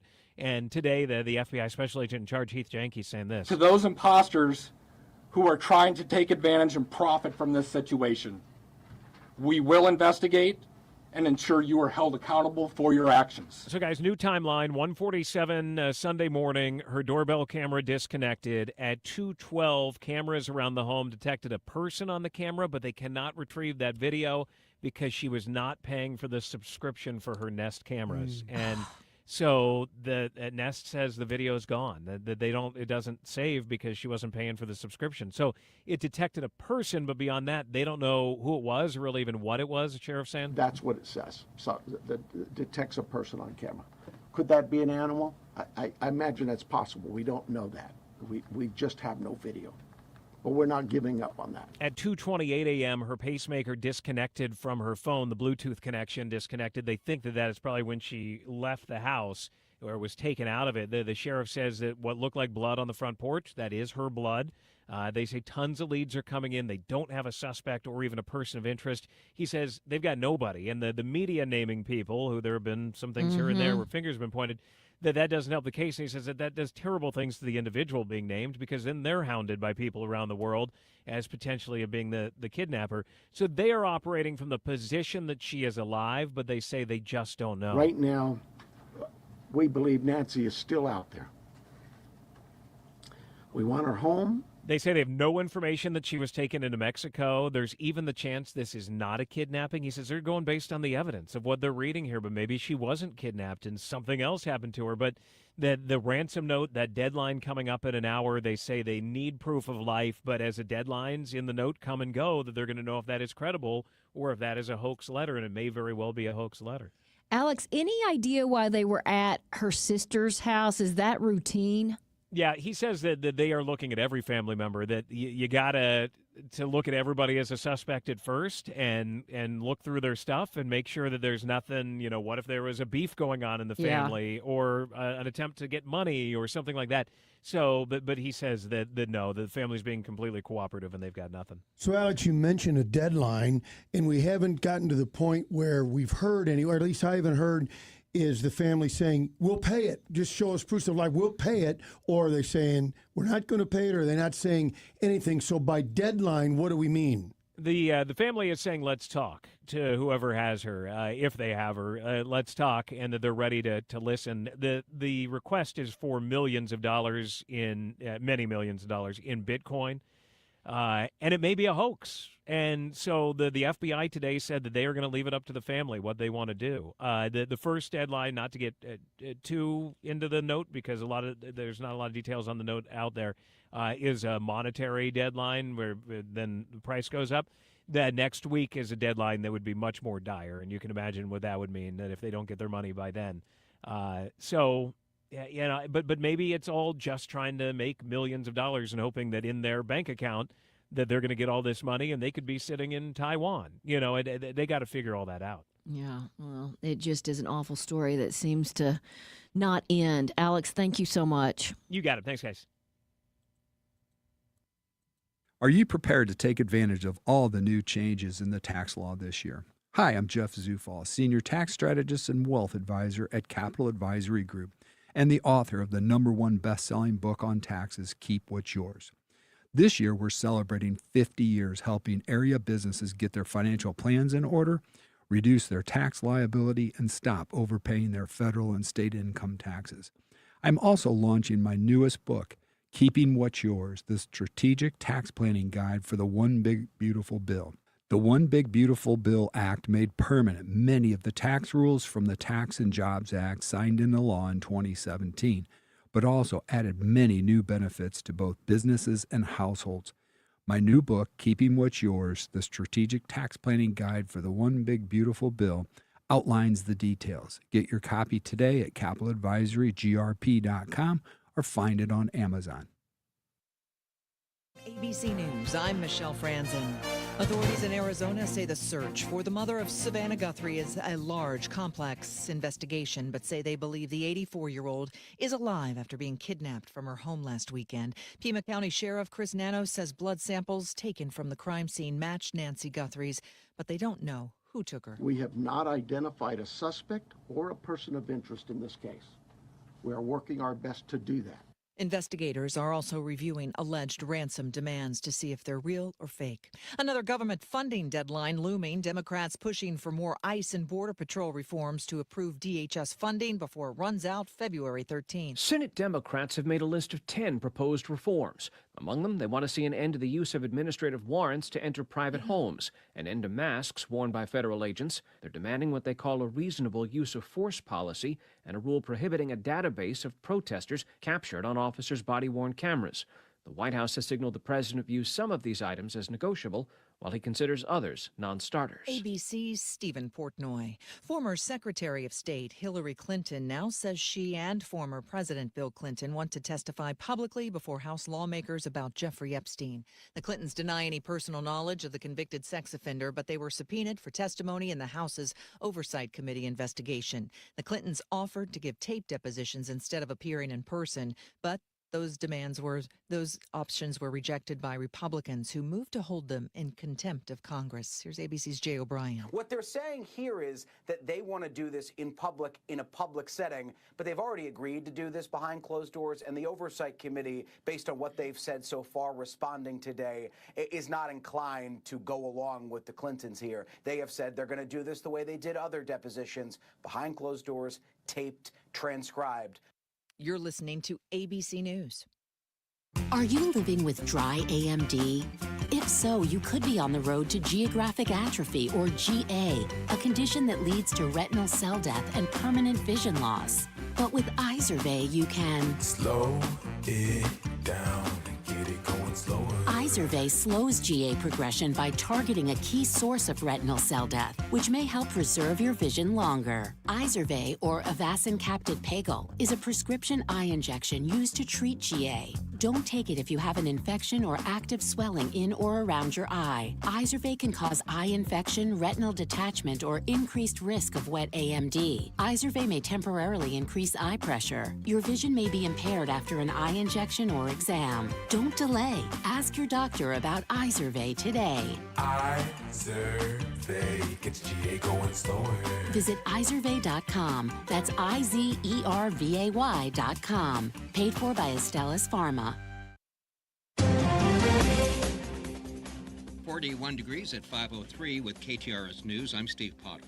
Early voting kicked off today in Illinois for next month's primary election. Residents can now cast their ballots for the March 17th primary.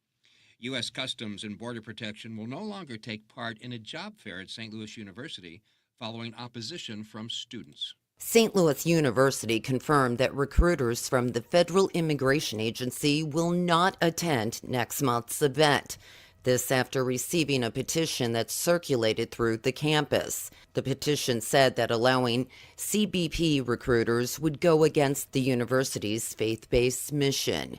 University leaders say, quote, "At SLU, student voices matter." Jill Enders, KTRS News. A St. Louis County police officer and a woman are recovering after a vehicle accident. Police say the officer was traveling southbound on the Earth City Expressway yesterday morning with emergency lights on and the siren activated when it struck another vehicle which had failed to yield at an intersection.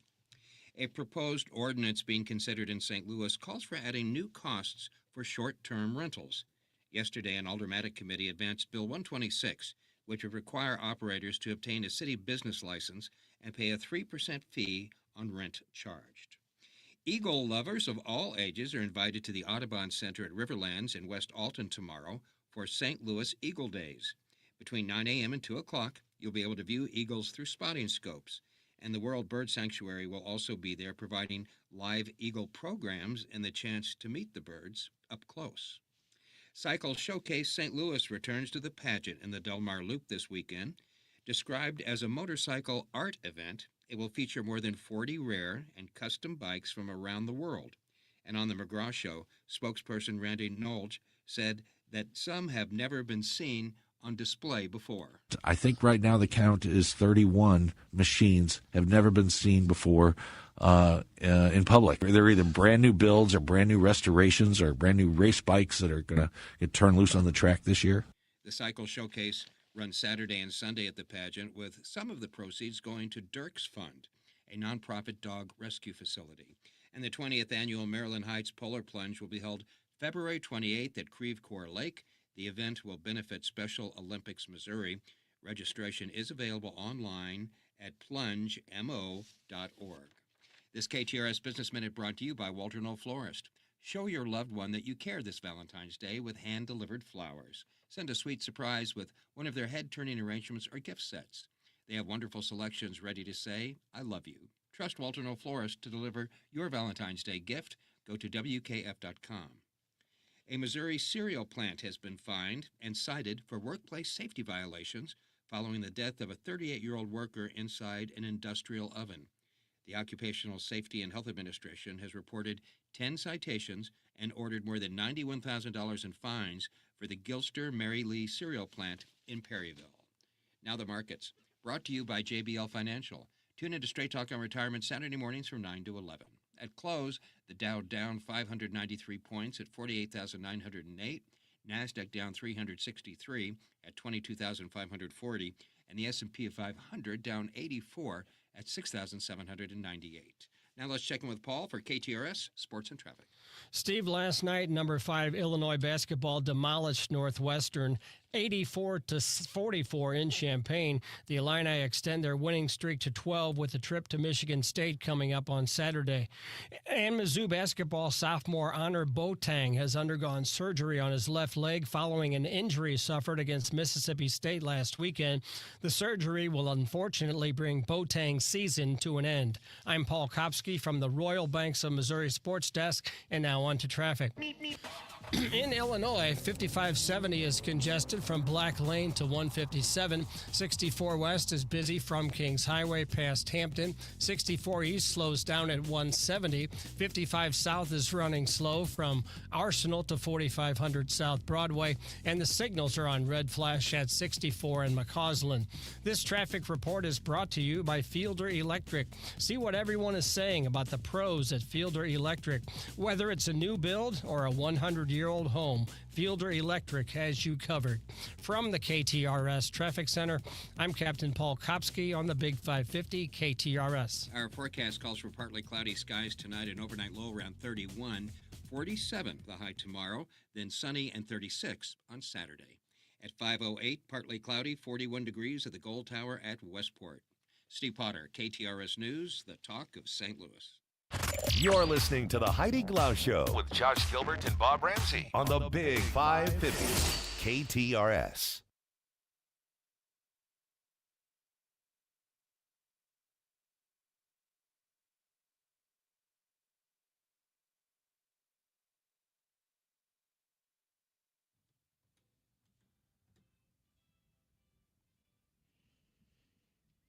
President Trump has called on the federal government to oversee elections, but is that legal? We're once again turning to our friend, KTRS legal analyst and SLU constitutional law professor, Mr. Greg Willard, to explain. Always good to see you, and especially when you come with your entourage. Well, thank you, Heidi. It's good to be with you and Bob and Josh. And yes, I have brought with me the real brains in the Willard family, Emmerich, Willard, and Avila. So if you serve up a question or the text line serves up a question and there's a pause before I answer, I've gone to the Brain Trust to find out what the answer is. You know what people might not understand is you're serious because these are two very smart kids. Well, thank you. I'm very proud of them, and they're two siblings and they're two cousins. Yeah. As to your question of whether President Trump, as he has threatened to do, has indicated that he wants to nationalize elections of senators and representatives. I don't mean to be flip because the topic is serious, but I'll preface it with a flip comment. The answer as to whether he has the power to do that is one that I don't have to go to Emmerich and Avila. I can go to their 2-year-old sister, Gianna, and she and I can go to the Constitution of the United States of America, which says, quote, "The times, places, and manner of holding elections for senators and representatives shall be prescribed in each state," wait for it, "by the legislatures thereof, period." Elections for representatives and senators are not set by Congress, they're not set by the United States Supreme Court, and they most assuredly are not set by the president. There is one body in each state and one body alone that sets the time, manner, and place for election of representatives and senators. It is the state legislature.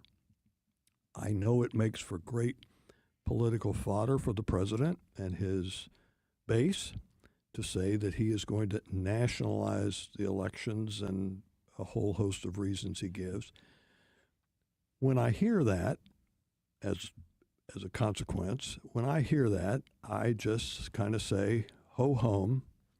I wonder what the Cardinals really think about their recent trade, and go on to something else, because the claim of a president nationalizing federal elections is a big ho-hum, period. So what about a subset of that, meaning something like voter ID? Can that be required? Does that national, or does that stay with the states too? It stays with the states.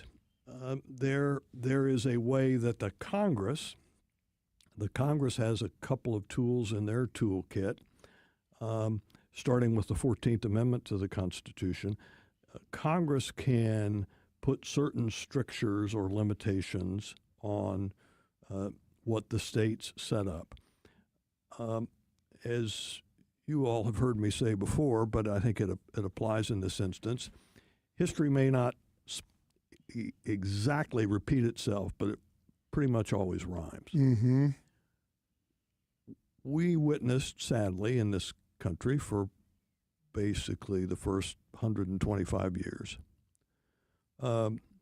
despicable discrimination of our fellow American citizens of color and their ability to exercise the franchise,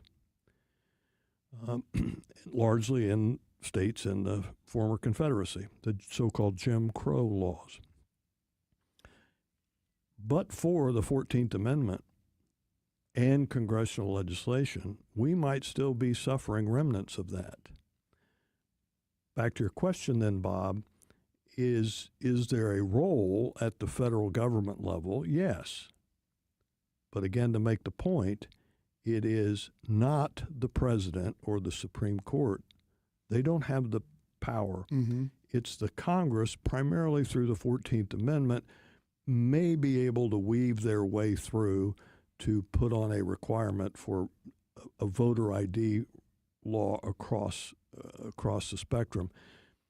Taking off my law hat and putting my political hat on, I think that is highly unlikely. Okay. Largely because I think in the Senate,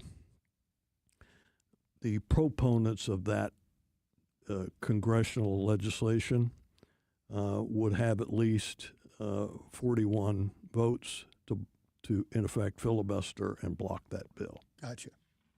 So the FBI recently executed a search warrant at an election center in Georgia. I mean, this election was how many years ago now? Mm-hmm. Are there no limitations on something like that? Good question, Heidi. And to give you a fulsome answer, we'd probably be here tomorrow on the show. But let me see if I can just unpack it quickly. In terms of the Justice Department, the FBI, or perhaps a federal grand jury conducting a criminal investigation, for the most part, there are not time bars on that investigation. Okay. There are these things called statutes of limitation. They apply both in criminal law and civil law. What statutes of limitations do is they put a time limit on when a lawsuit can be filed for damages or when a criminal prosecution can begin. In this instance, I assume that the federal government is looking into wire fraud, conspiracy, some such things down in Atlanta. My guess is that the underlying crimes that the president thinks may have been committed, the statutes of limitation for those crimes, Heidi, are probably more than 6 years. Got it. Because it's been 6 years ago. So, but again, in terms of this embryonic stage, if I may, of a criminal investigation, which is FBI agents executing search warrants, although why the Director of National Intelligence, Tulsi Gabbard, went along, that's a drop the mic moment. Put that aside. The other just comment I will put out, particularly for our listeners in St. Louis, is this. The representative of the Justice Department who signed those search warrants, sought the search warrants, if I may, was a man by the name of Tom Albus. Tom is currently the United States Attorney for the Eastern District of Missouri here in St. Louis. He was formerly, last year at this time, he was a judge in St. Louis County Circuit Court. He and I were law colleagues for many years downtown at Bryan Cave. The fact that Tom Albus has been assigned to this case in Atlanta and that he is, in effect, leading this search and investigation gives me inestimable comfort that it is being handled by the book. One can say a lot of things about Tom Albus, but cutting corners and being governed by something other than the law. That is not in Tom Albus's playbook, and I take comfort that Tom is involved down in Atlanta. Why would this president or any president want to federalize elections? And when he lists off the cities and states that he wants to do this in, he says Atlanta. They just raided Atlanta. Atlanta was at the center of the phone call and everything. I could start making assumptions, Greg, but why would any president want to federalize elections? I think it's out of the playbook that goes something like this, Josh. In a lot of states, the proponents argue, people who are not entitled to vote, not legally entitled to vote, are voting. A large subset, it is alleged, of that group are people who are here in violation of our federal immigration laws. That, I think, on a demographic basis, that group of people, that subset, is primarily in blue states, Democratic states. So I don't think presidents, plural, across the board, from Donald Trump to Franklin Roosevelt, would be consistent in their views as to nationalizing elections. I think it tends to be more that there are portions of the Republican Party who feel very strongly that their votes are being diluted, not by fellow citizens, fellow Americans who are entitled to vote, but they believe their votes are being diluted by people who are voting who are not legally entitled to vote. That's number one. Number two, and people are not focusing on this, but it's a big deal, and that is in terms of the census. Who is counted in the census? Missouri Attorney General Catherine Hanaway earlier this week filed a lawsuit to make certain that only appropriate persons are counted in the census. That's not an issue, Josh, back to your question, of who gets to vote. It's even more fundamental than that, because if groups of persons are being counted as part of a state's population for purposes of determining how many representatives in Congress that state gets, that's dilution with a big D as to the representation of people in other states. That's what Missouri Attorney General Hanaway wants to get to the bottom of, is whether, as a matter of law, those persons are being counted correctly in accordance with the Constitution. We'll see. But they're, I guess I would call them first cousins. This question of voter ID and who gets to vote, and then this notion of who is to be properly counted in the census. Those are pretty much constitutional first cousins, but the connector, sort of the common grandpa and grandma, the connector is this notion of who among us falls within the parameters set by the United States Constitution. Very interesting, and probably something that a lot of us don't even think about in the correlation of that in everyday kind of. Well, you're right, Heidi, especially with this notion of how many representatives we as a state get in Congress. I think I have not spoken to her directly, but I understand secondhand that Attorney General Hanaway thinks that there is a demographic scenario whereby Missouri may be, right now, being cheated out of 2 congressional seats. I think we have 7, and I think there is a path. I know for certain that Attorney General Hanaway is not alleging that it is sort of 1 + 1 = 2 certainty, but I think she has discussed that there may be a counting, if you will, with certain constitutional parameters that Missouri would get 2 more states, and back to your question, Josh, about the voting, that a state such as California or perhaps New York or perhaps Illinois suddenly may wake up and have significantly less representatives in Congress. It's not a this year, it's not a 2026 issue, but it'll be, put your big girl and big boy panties on, United States Congress in 2030 when we begin the next decennial census. Wow. The other one that we briefly talked about is the Director of National Intelligence, Tulsi Gabbard, being there on that search, and then also searching, I guess, for voter fraud in Puerto Rico now, where they obtained and tested voting machines. Why was she there, and why is it so unusual that she was? Why was she there?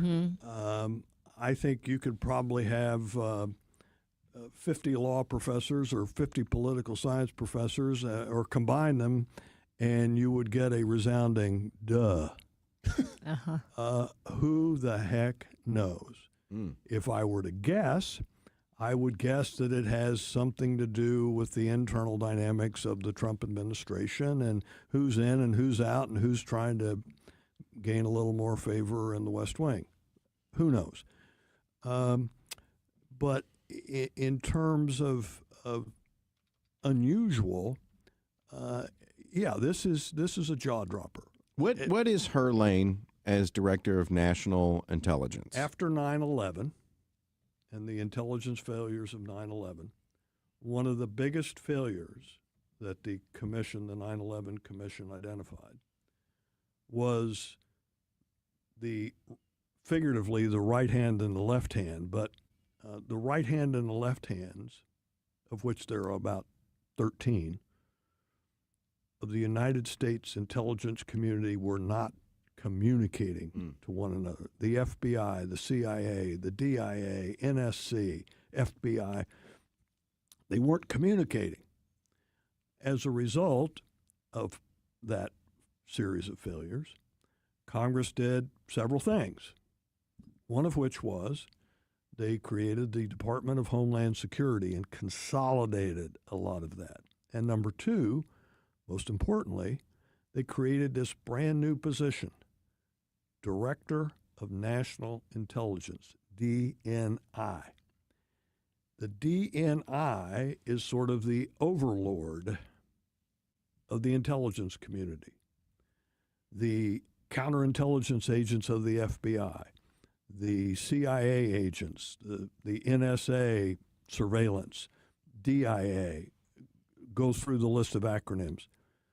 They all report up to the DNI. On September 10th, 2001 and before, that wasn't happening.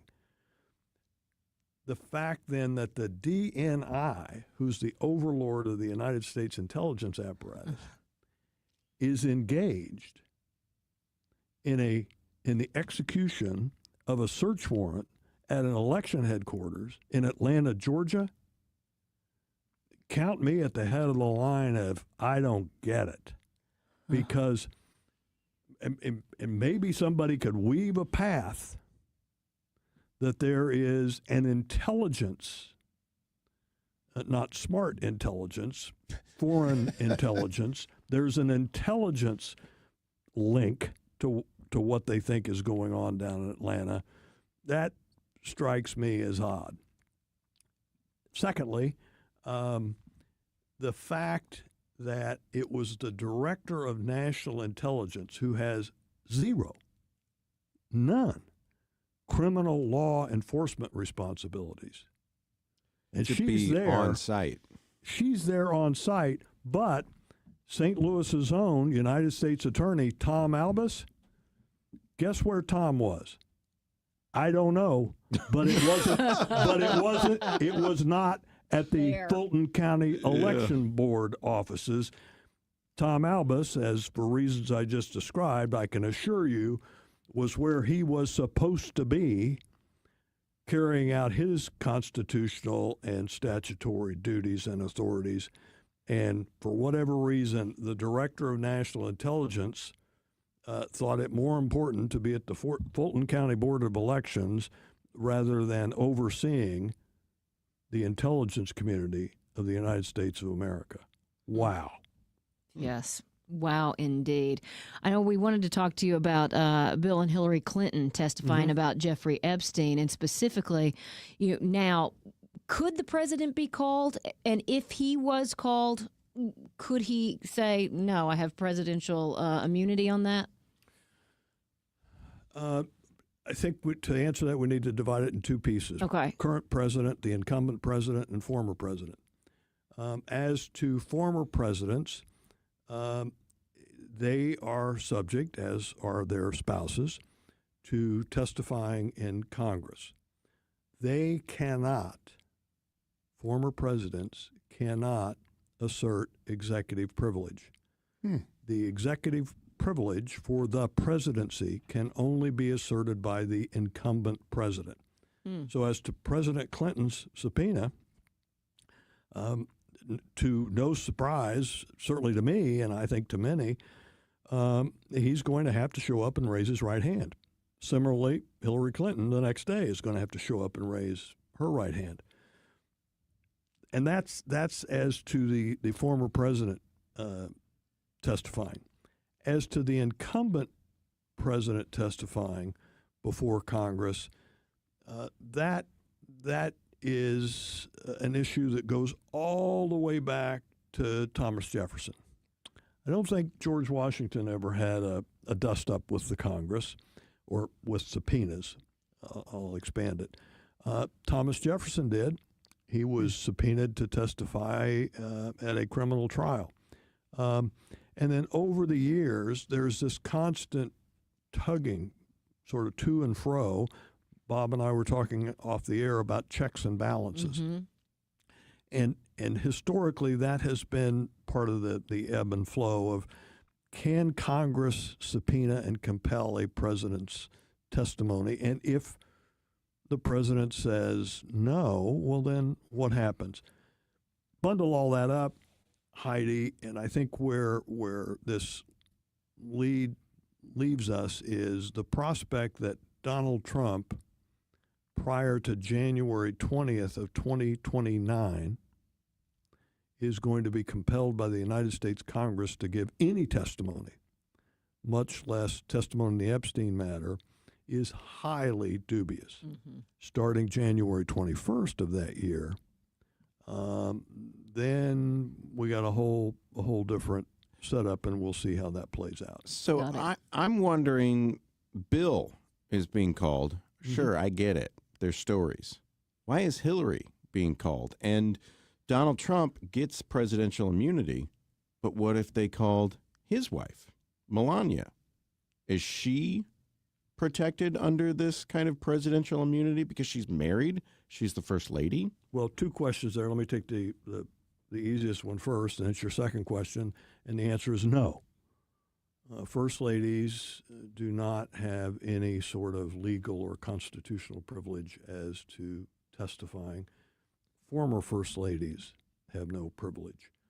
One of the most remarkable moments in terms of that space was in the mid-1980s when Betty Ford and Rosalind Carter, as former first ladies, both went to Capitol Hill and testified on mental health issues.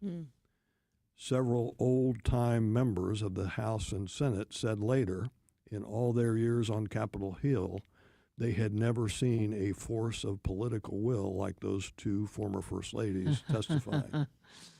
As to why Hillary Clinton is being called, constitutionally or legally, it's another, as I said to Heidi a moment ago, who the heck knows, constitutionally and legally. But I think the bigger answer to the why, who is in control of the United States House of Representatives? The Republicans. And there are, I think we all need to admit, there are a lot of folks up on Capitol Hill who hold a pretty deep grudge against Hillary Clinton. And this, I think, in the minds of many of those, is a moment of comeuppance. Mm-hmm. And I think it is highly unlikely that we are going to hear anything from the former First Lady and Secretary of State, even remotely related to the horrors that Jeffrey Epstein caused to those young women. Nevertheless, Secretary Clinton is going to be called to testify. I'm confident she will testify truthfully, but I'm going to be viewing it as a political show and not as an effort to get at the truth of the Epstein horrors. Is this show going to be on television? Is this a public hearing? As my understanding is, it is not, at least in the first instance.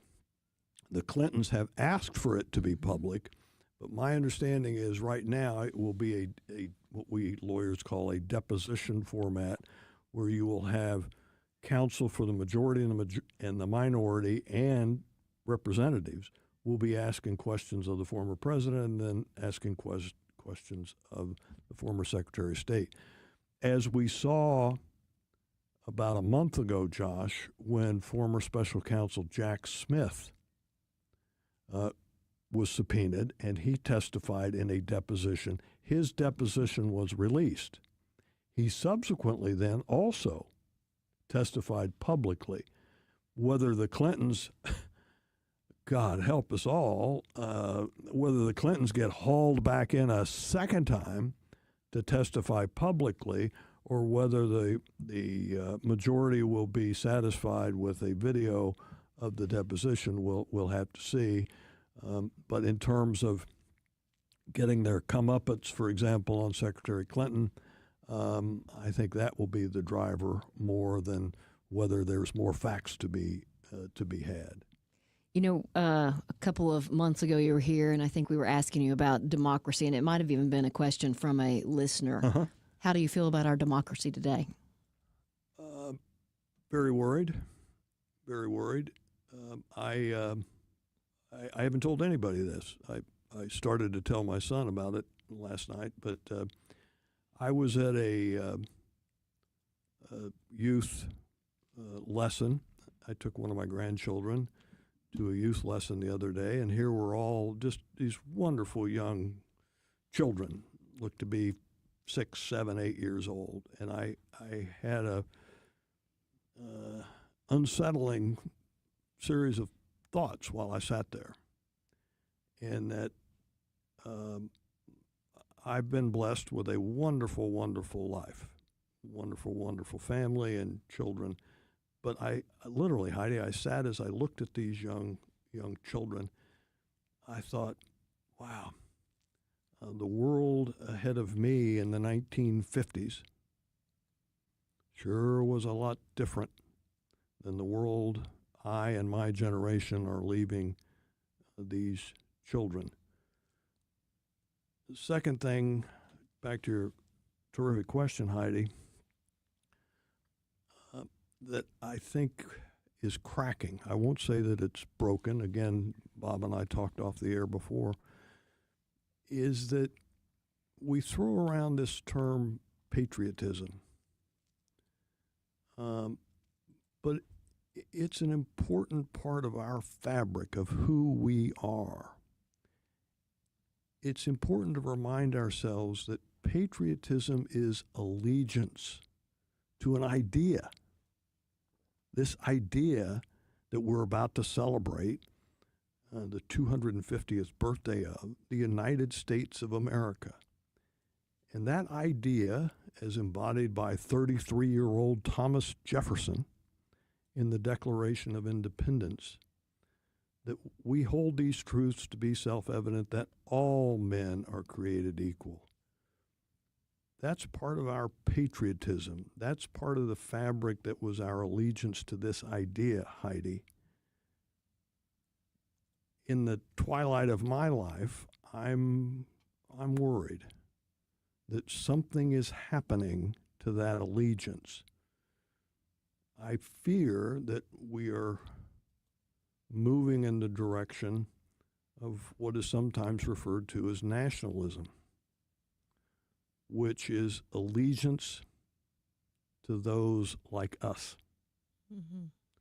And that's a big difference, Heidi, in a democracy, to allegiance to an idea that, as I say, Thomas Jefferson laid down nearly 250 years ago. Nevertheless, I'm hopeful that, as we learn from our history books, we have been through horrific times in our nation's history. The Civil War, Jim Crow laws that we talked about a moment ago, and the like, and we've pulled through. It's important to remember, though, that we pulled through not by force of arms, not by crushing our fellow citizens, but we pulled through as a nation because we came together with an allegiance to an idea. We need to keep that in mind as we go through this period of tumult in our American history. And as we say up home, Heidi, in the country, God willing and the creek don't rise, we'll find our way clear to a better America. Yes. So many people weighing in. We need a podcast for Mr. Willard. He's the best. Listening brings tears to my eyes. We appreciate you so much. Thank you so much. Heidi, Josh, and Bob, always great to be with you. And it's great to have as a special treat two of my most favorite people on the planet, young Emmerich Willard and Avila Willard. Good to be with them also. Well, go give them big hugs. Take care. It is 5:39. Let's get a check of traffic with Captain Paul. Heidi, there's a crash on 44 West at 64 downtown. Emergency vehicles are on 141 North past Bromfield Terrace in Manchester. 64 West is busy from Kings Highway to Clayton Skinker. 64 East slows down approaching 170 but thins out at Big Bend. Close by, there's a stalled vehicle on 64 East at McKnight. 55 South is running slow from Gasconade to 4500 South Broadway, and the signals are on red flash at 64 and McCausland. This traffic report is brought to you by the Rack House in Cottleville. The Rack House has made Whiskey Advocate magazine's top whiskey bars in the country list for the third time. The Rack House in Cottleville averages over 300 whiskey, bourbon, and scotch selections on its menu. The Rack House, featuring upscale casual dining and drinks since 2014. From the KTRS Traffic Center, I'm Captain Paul Kopsky on the Big 550 KTRS. This is Mariah, third generation at Newsetter's Fine Jewelry. Buying an engagement ring can be intimidating. At Newsetter's, we ensure complete understanding of your purchase. We offer a choice in both lab and mine-grown diamonds and are able to work with any budget. Let our family help educate you on your choice at Big Ben and Doherty Ferry or at wowdiamonds.com. 26 years ago, we feared Y2K. Flash drives were invented. The International Space Station was built. Survivor debuted on TV, and Carnival was born. We're back at it Saturday, February 28th at Ameristar Casino. 16 of St. Louis's best restaurants and comedy from King of Queens, Gary Valentine. I have a huge suitcase and 4 marbles on the bottom, a 9-foot strap. It's like walking a bad dog. I'm like, come on, Samsonite.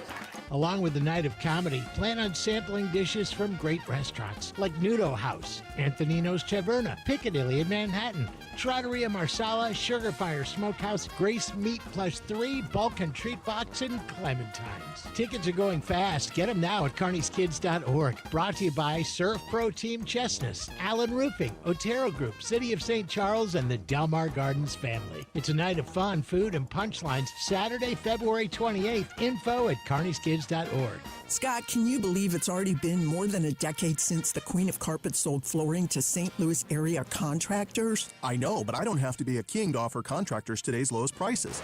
Yeah, Yes, contractors owe it to their customers and themselves to shop at Best Buy Flooring for the largest in-stock selection of carpet, carpet tile, sheet vinyl, laminate, hardwood, luxury vinyl plank, and luxury vinyl tile. Plus 3 convenient locations, North County, South County, and Metro East. Open 7 days a week. Best flooring, best selection, Best Buy. Best Buy Flooring. At Maryville University, we power dreams, not just degrees. For nearly 150 years, we've empowered graduates to build successful careers. At Maryville, expect a rigorous, technology-driven, mentor-inspired education in a diverse and inclusive learning environment. We help you take it to the next level, no matter what field you choose. Now is the time to turn your ambition into action and transform your dream into reality. Start your journey at maryville.edu. Every day another adventure. Our greatest discoveries come when we stop searching. Beneath the endless sky, away from the stress of work, the answer to the ancient Zen mystery, the sound of one hand clapping. Take a trip in an RV from Byerly in Eureka. For the rest of your life, you gotta be there. Byerly RV. File your taxes for free with TurboTax on Intuit Credit Karma. Just file on your own in the Credit Karma app by February 28th. Valid for those who didn't file with TurboTax last year. Now is the perfect time to fall in love with your next home. First Community has a home loan that is perfect for you. Our Smart Choice Home Loan is a 30-year fixed-rate loan with a great rate. And with a 10% down payment, you won't have to pay for private mortgage insurance. It's home buying made easy at First Community. $1 share deposit required. Must qualify for membership. Loan subject to credit approval. Rate, terms, and conditions subject to change without notice. MLS ID number 684198. Are you retired? Are you thinking about retiring? Who is helping you with retirement? Might be time to check out the show When Retirement Happens, hosted by Kevin Lloyd of Legacy Wealth Advisors. Saturday at 1, Sunday at noon on the Big 550 KTRS. Stay connected with the Big 550 KTRS, streaming 24/7 online at KTRS.com or on the KTRS app. Powered by JBL Financial. Stream Straight Talk on Retirement every Saturday morning from 9 a.m. to 11 a.m. Carney, Buck. So the new book is It Could Have Been Me by a guy that was going out with Nicole Brown Simpson shortly before she was killed. Ooh. We'll talk to him. Also, we're going to play a little Know the Show to try to brighten the mood a little bit and give you some gift cards. Aaron Lapidus helps with some money. And did you mention Tom O'Keefe's going to take us to the movies? I didn't, but you just did. We'll see you here right at noon. John Carney, Julie Buck, weekdays at noon on KTRS, the talk of St. Louis. You're listening to the Heidi Glaus Show with Josh Gilbert and Bob Ramsey on the Big 550 KTRS.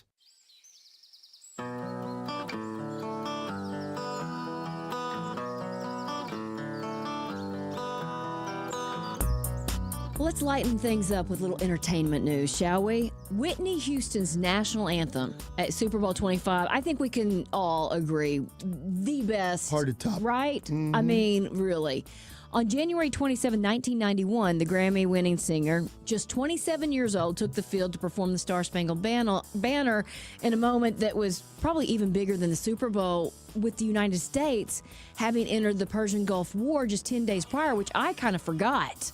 You know, where she's in that jumpsuit and all of it. Anyway, her rendition of the national anthem stirred up both patriotism and controversy when it was revealed that the live rendition was only heard by those in the stadium. Did you know this? No. I didn't either. So while she delivered a powerful live performance at Tampa Stadium, audiences at home heard a pre-recorded version. The recorded version, done in one take, was used because of concerns about noise in and around the open-air stadium in Tampa. How did it get synced up so perfectly? I don't know, but it is absolutely amazing to me. Plus, there was jets flying overhead. Right, and that's why they didn't want her to do it, or the broadcast as far as that goes. That's amazing. 1991, Giants beat the Bills 20-19. Remember that one? Mm-hmm.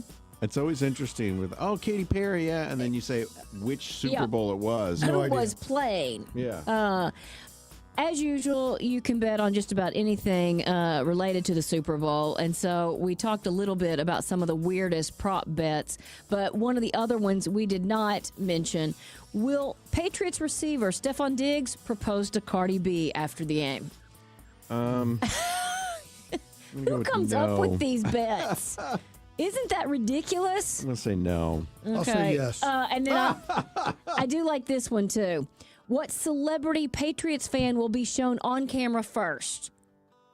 The odds-on favorite at 25%, Mark Wahlberg. Oh, Mark Wahlberg. Followed by Ben Tom Affleck, Brady. Tom Brady. Matt Damon, John Cena, and John Krasinski. Cena.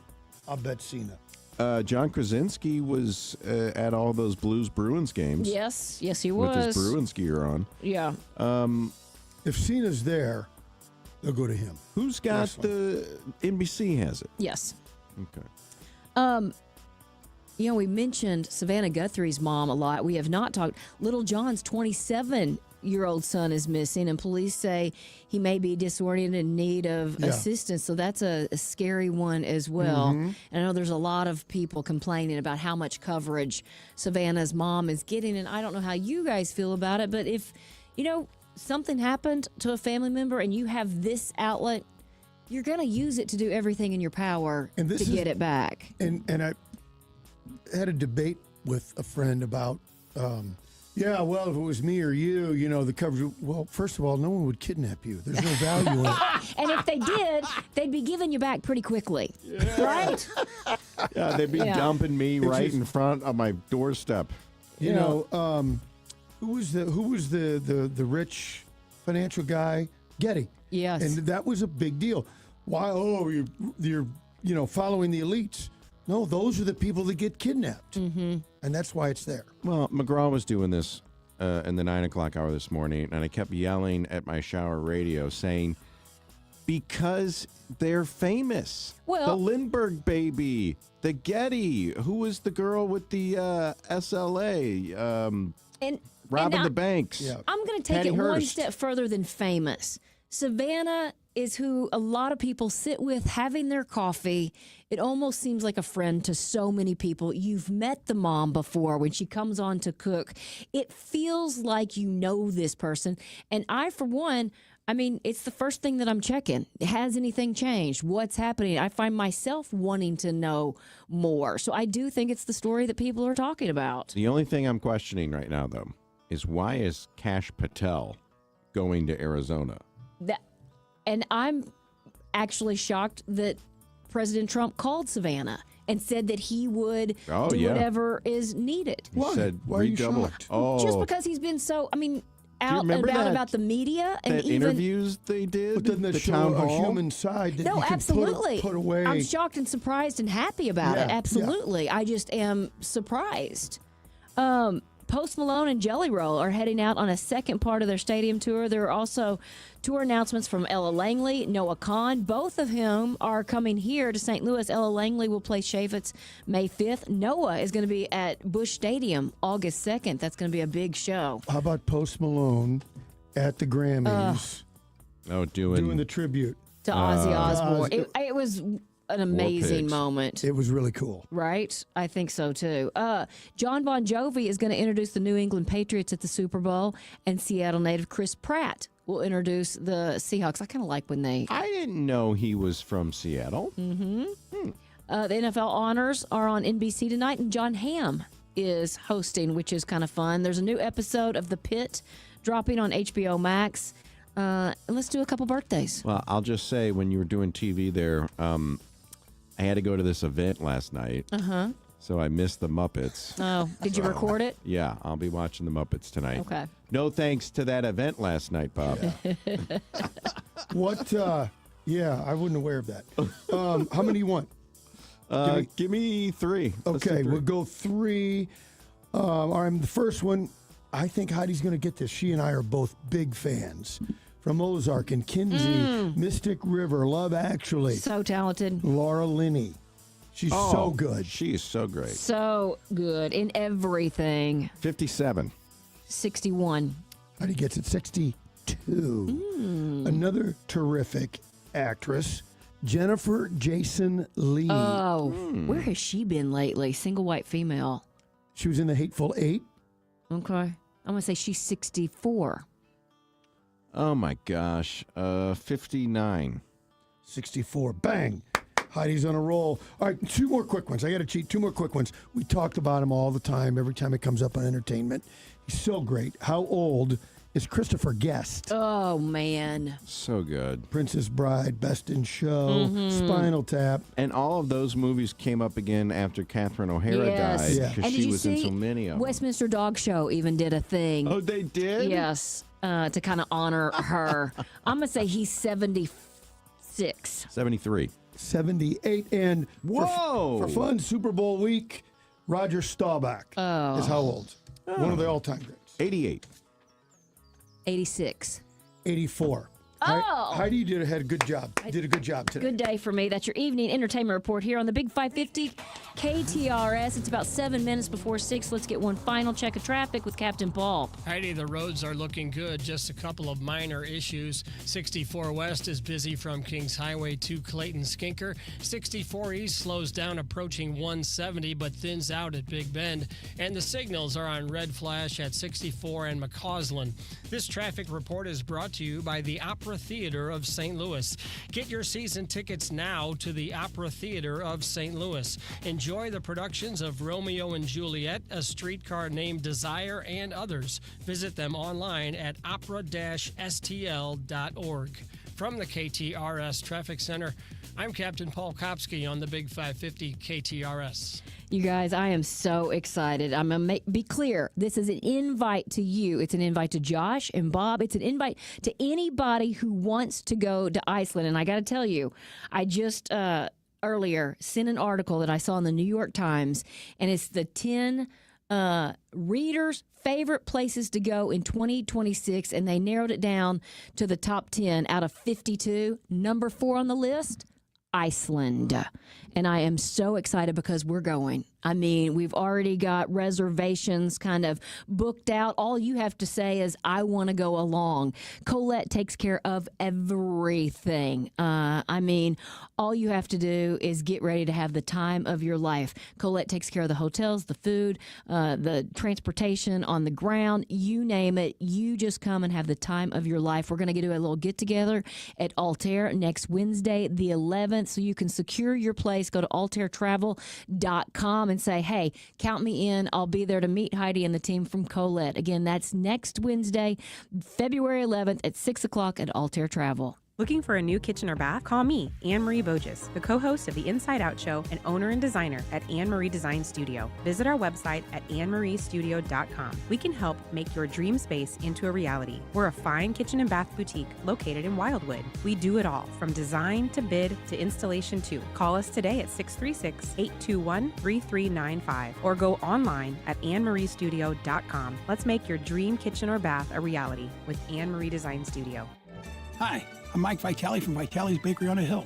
Our family runs a bakery and a retail store started by our parents, Pete and Grace Vitale, in 1976. Vitale's Bakery makes the finest Italian bread and pastries, including our mom's legendary Giugiulana seed cookies and her famous meat sauce. And don't forget our pizza crust. We also carry customers' favorites like lemon ice. Come taste our Italian heritage today at the corner of Bischoff and Marconi.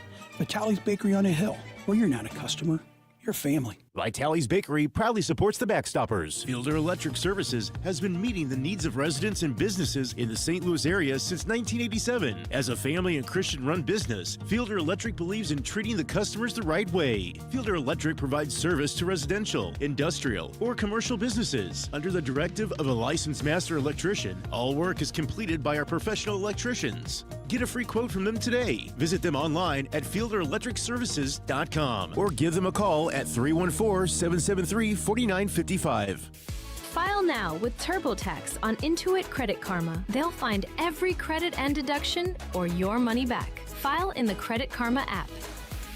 Watch your favorite team, eat your favorite food. It's the Village Bar. You've heard about the world-famous cheeseburger. Stop by and check it out. Even better, bring your friends on your way to the game, after the game, or just watching the game. Food, sports, and a cold beer. We'll see you at the Village Bar. All right, guys, that does it for us. Thanks for hanging out. Hopefully you'll come back and have a happy Friday with us tomorrow. It all starts at 3 o'clock. Until then, see if you can put a smile on somebody's face. Whatever gets you through the night. It's alright. It's alright. Let your money buy your life. It's alright. It's alright. Don't need a salt to rock your flowers.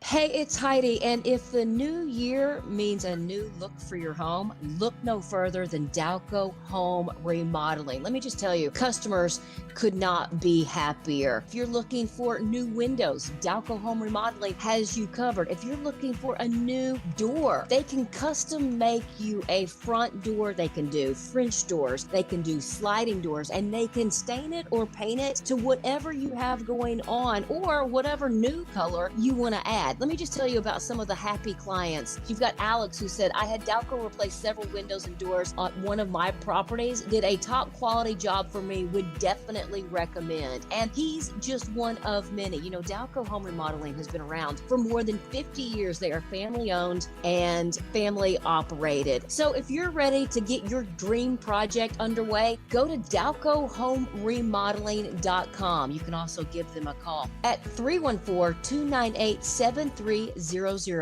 John Beal Roofing has been proudly serving homeowners and businesses in the St. Louis metro area on both sides of the river in Missouri and Illinois for over 3 generations. A dependable roof begins with a team you can count on, and that's exactly what you get with John Beal Roofing.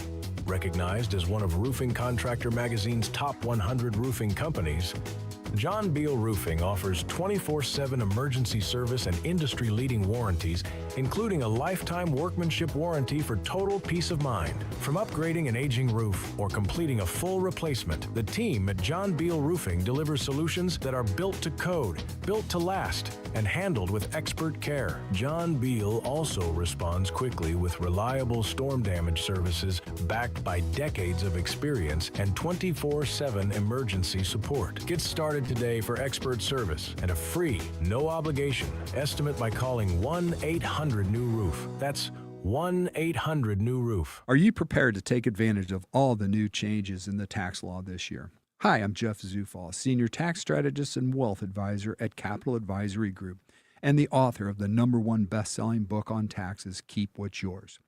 This year, we're celebrating 50 years helping area businesses get their financial plans in order, reduce their tax liability, and stop overpaying their federal and state income taxes. I'm also launching my newest book, Keeping What's Yours, the Strategic Tax Planning Guide for the One Big Beautiful Bill.